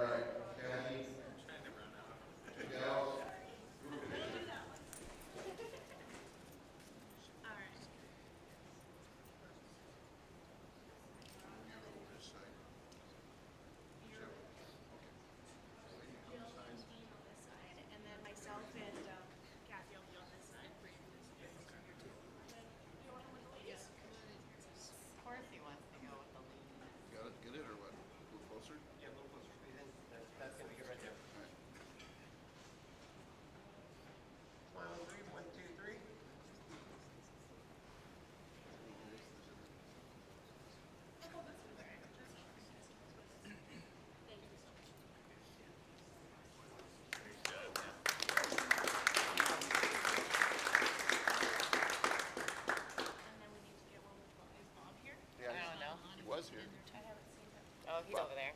He's probably trying to pack He knows things up. he likes to be called out all the time. Bob? We got a spin for this stuff then. Yeah, we'll do that. We can just do that with that microphone. Yeah, it's probably picking us up right now. I don't know if it's on the alternate mic.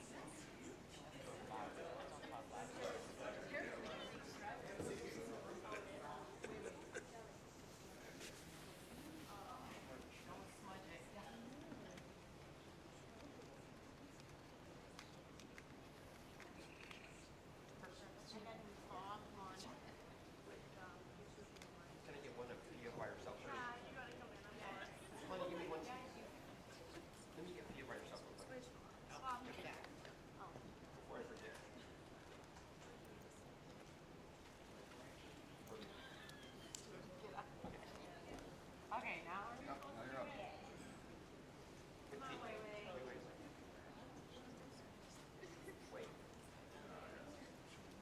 you're up. Yeah, of course we do. That's big.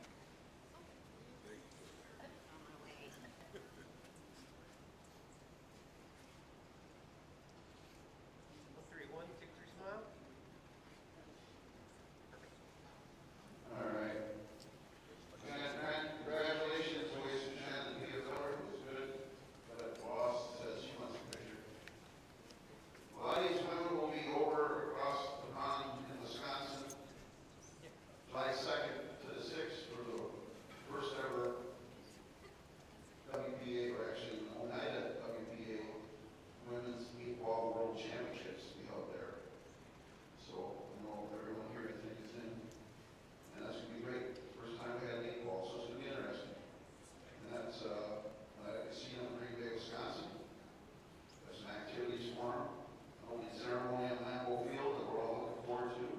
Got a little fireworks action, 4th of July, Friday night on the rooftop. So we're looking forward to it. We'll join us if you can. Of course, WPBA.com will direct you to our streams, and we'll see you on there. Thanks, everyone.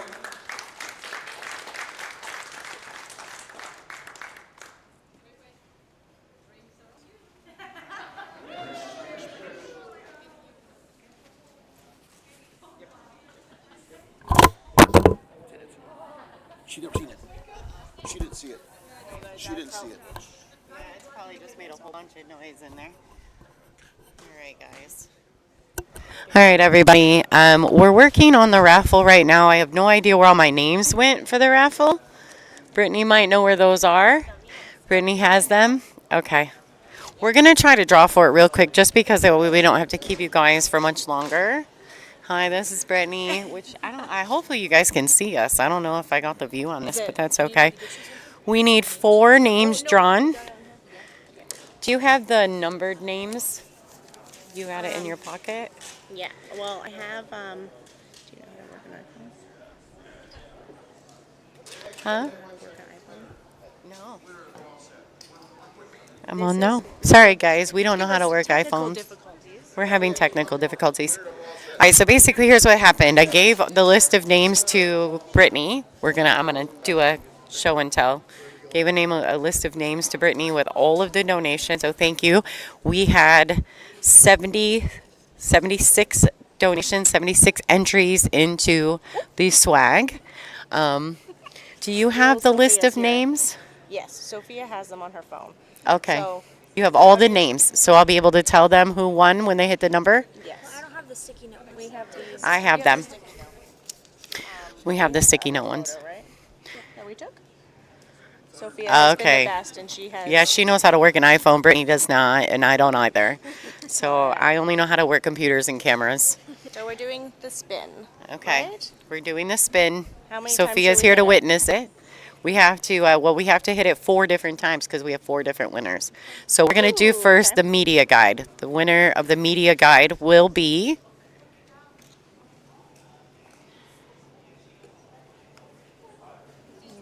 number 24.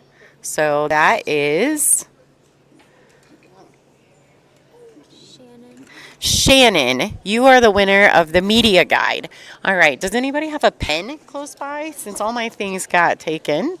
You have a pen? Write it down while Sophia's helping. Okay, so Sophia, say hi, everybody. Hello. All right, so Sophia's going to do that. So number 24, Shannon will win the media guide. Now let's do for the Roku Kamui Chalk. One more spin. We got 2 more after this.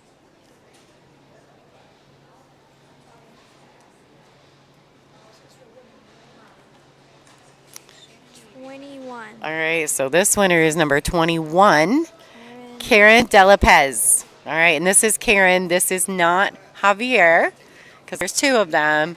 So Karen, you won the Kamui Chalk, Karen Delapez. All right, and this one, should we do the case next, or should we do the autographed T-shirt? Okay, the t-shirt. so the autographed T-shirt. One more spin. Here we go.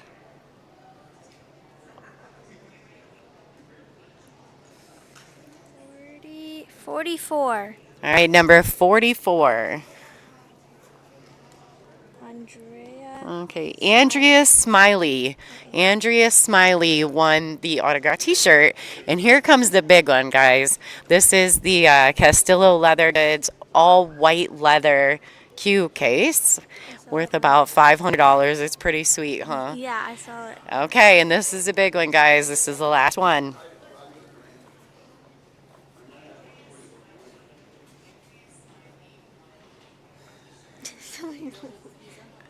Number 12. Number 12. Number 12. JS. JS.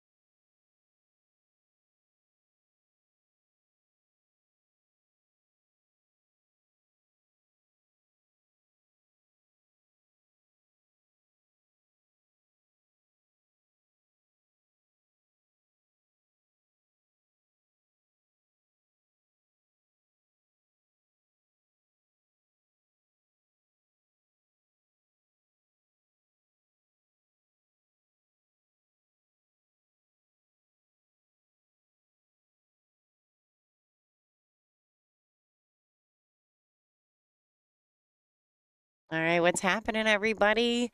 Okay, so it looks like Shannon won the media guide. And then Karen Delapez, I think she won the autographed T-shirt, if I'm correct. And let's see. And then Andrea Smiley, you are the winner of the Roku Kamui Chalk. And then JS, you are the big winner of the Castillo case. So I'm going to kind of explain how you guys do this. Go ahead and contact the WPBA. Go to WPBA.com. You can find the email for Dean at WPBA or Jerry at WPBA. I'll go ahead and double check just in case I'm wrong. If Andrea won it, you might be right, Karen. Brittany wrote those down for me downstairs. I was just trying to remember. But anyway, we'll go ahead and let me switch to the booth cam real quick, just so you guys. All right, what's up, folks? All right, so basically it's like this. I'll go down and double check everything with Brittany, but congratulations to the 4 of you that were winners. I need you to go to WPBA.com or email. We need you to take a screenshot of your ID, your username from your YouTube channel, and send it to an email with your name and address to dean@wpba.com or jerry@wpba.com or even christy@wpba.com. She controls our office. They will get that information to me, and we will get all the winnings shipped out in the proper places. I do appreciate so many of you for being involved in this. This has been a fantastic event. Thank you for supporting our debut on Amazon. We have a long way to go. We're still working on a few things, but we're going to get it there. Once again, I want to say thanks to all our sponsors, thanks to all our fans, thanks to all the players, thanks to all the guest commentary. My name is Lonnie Fox Raymond, and this is the end of the road. We'll see you guys at the Worlds in July. Take care.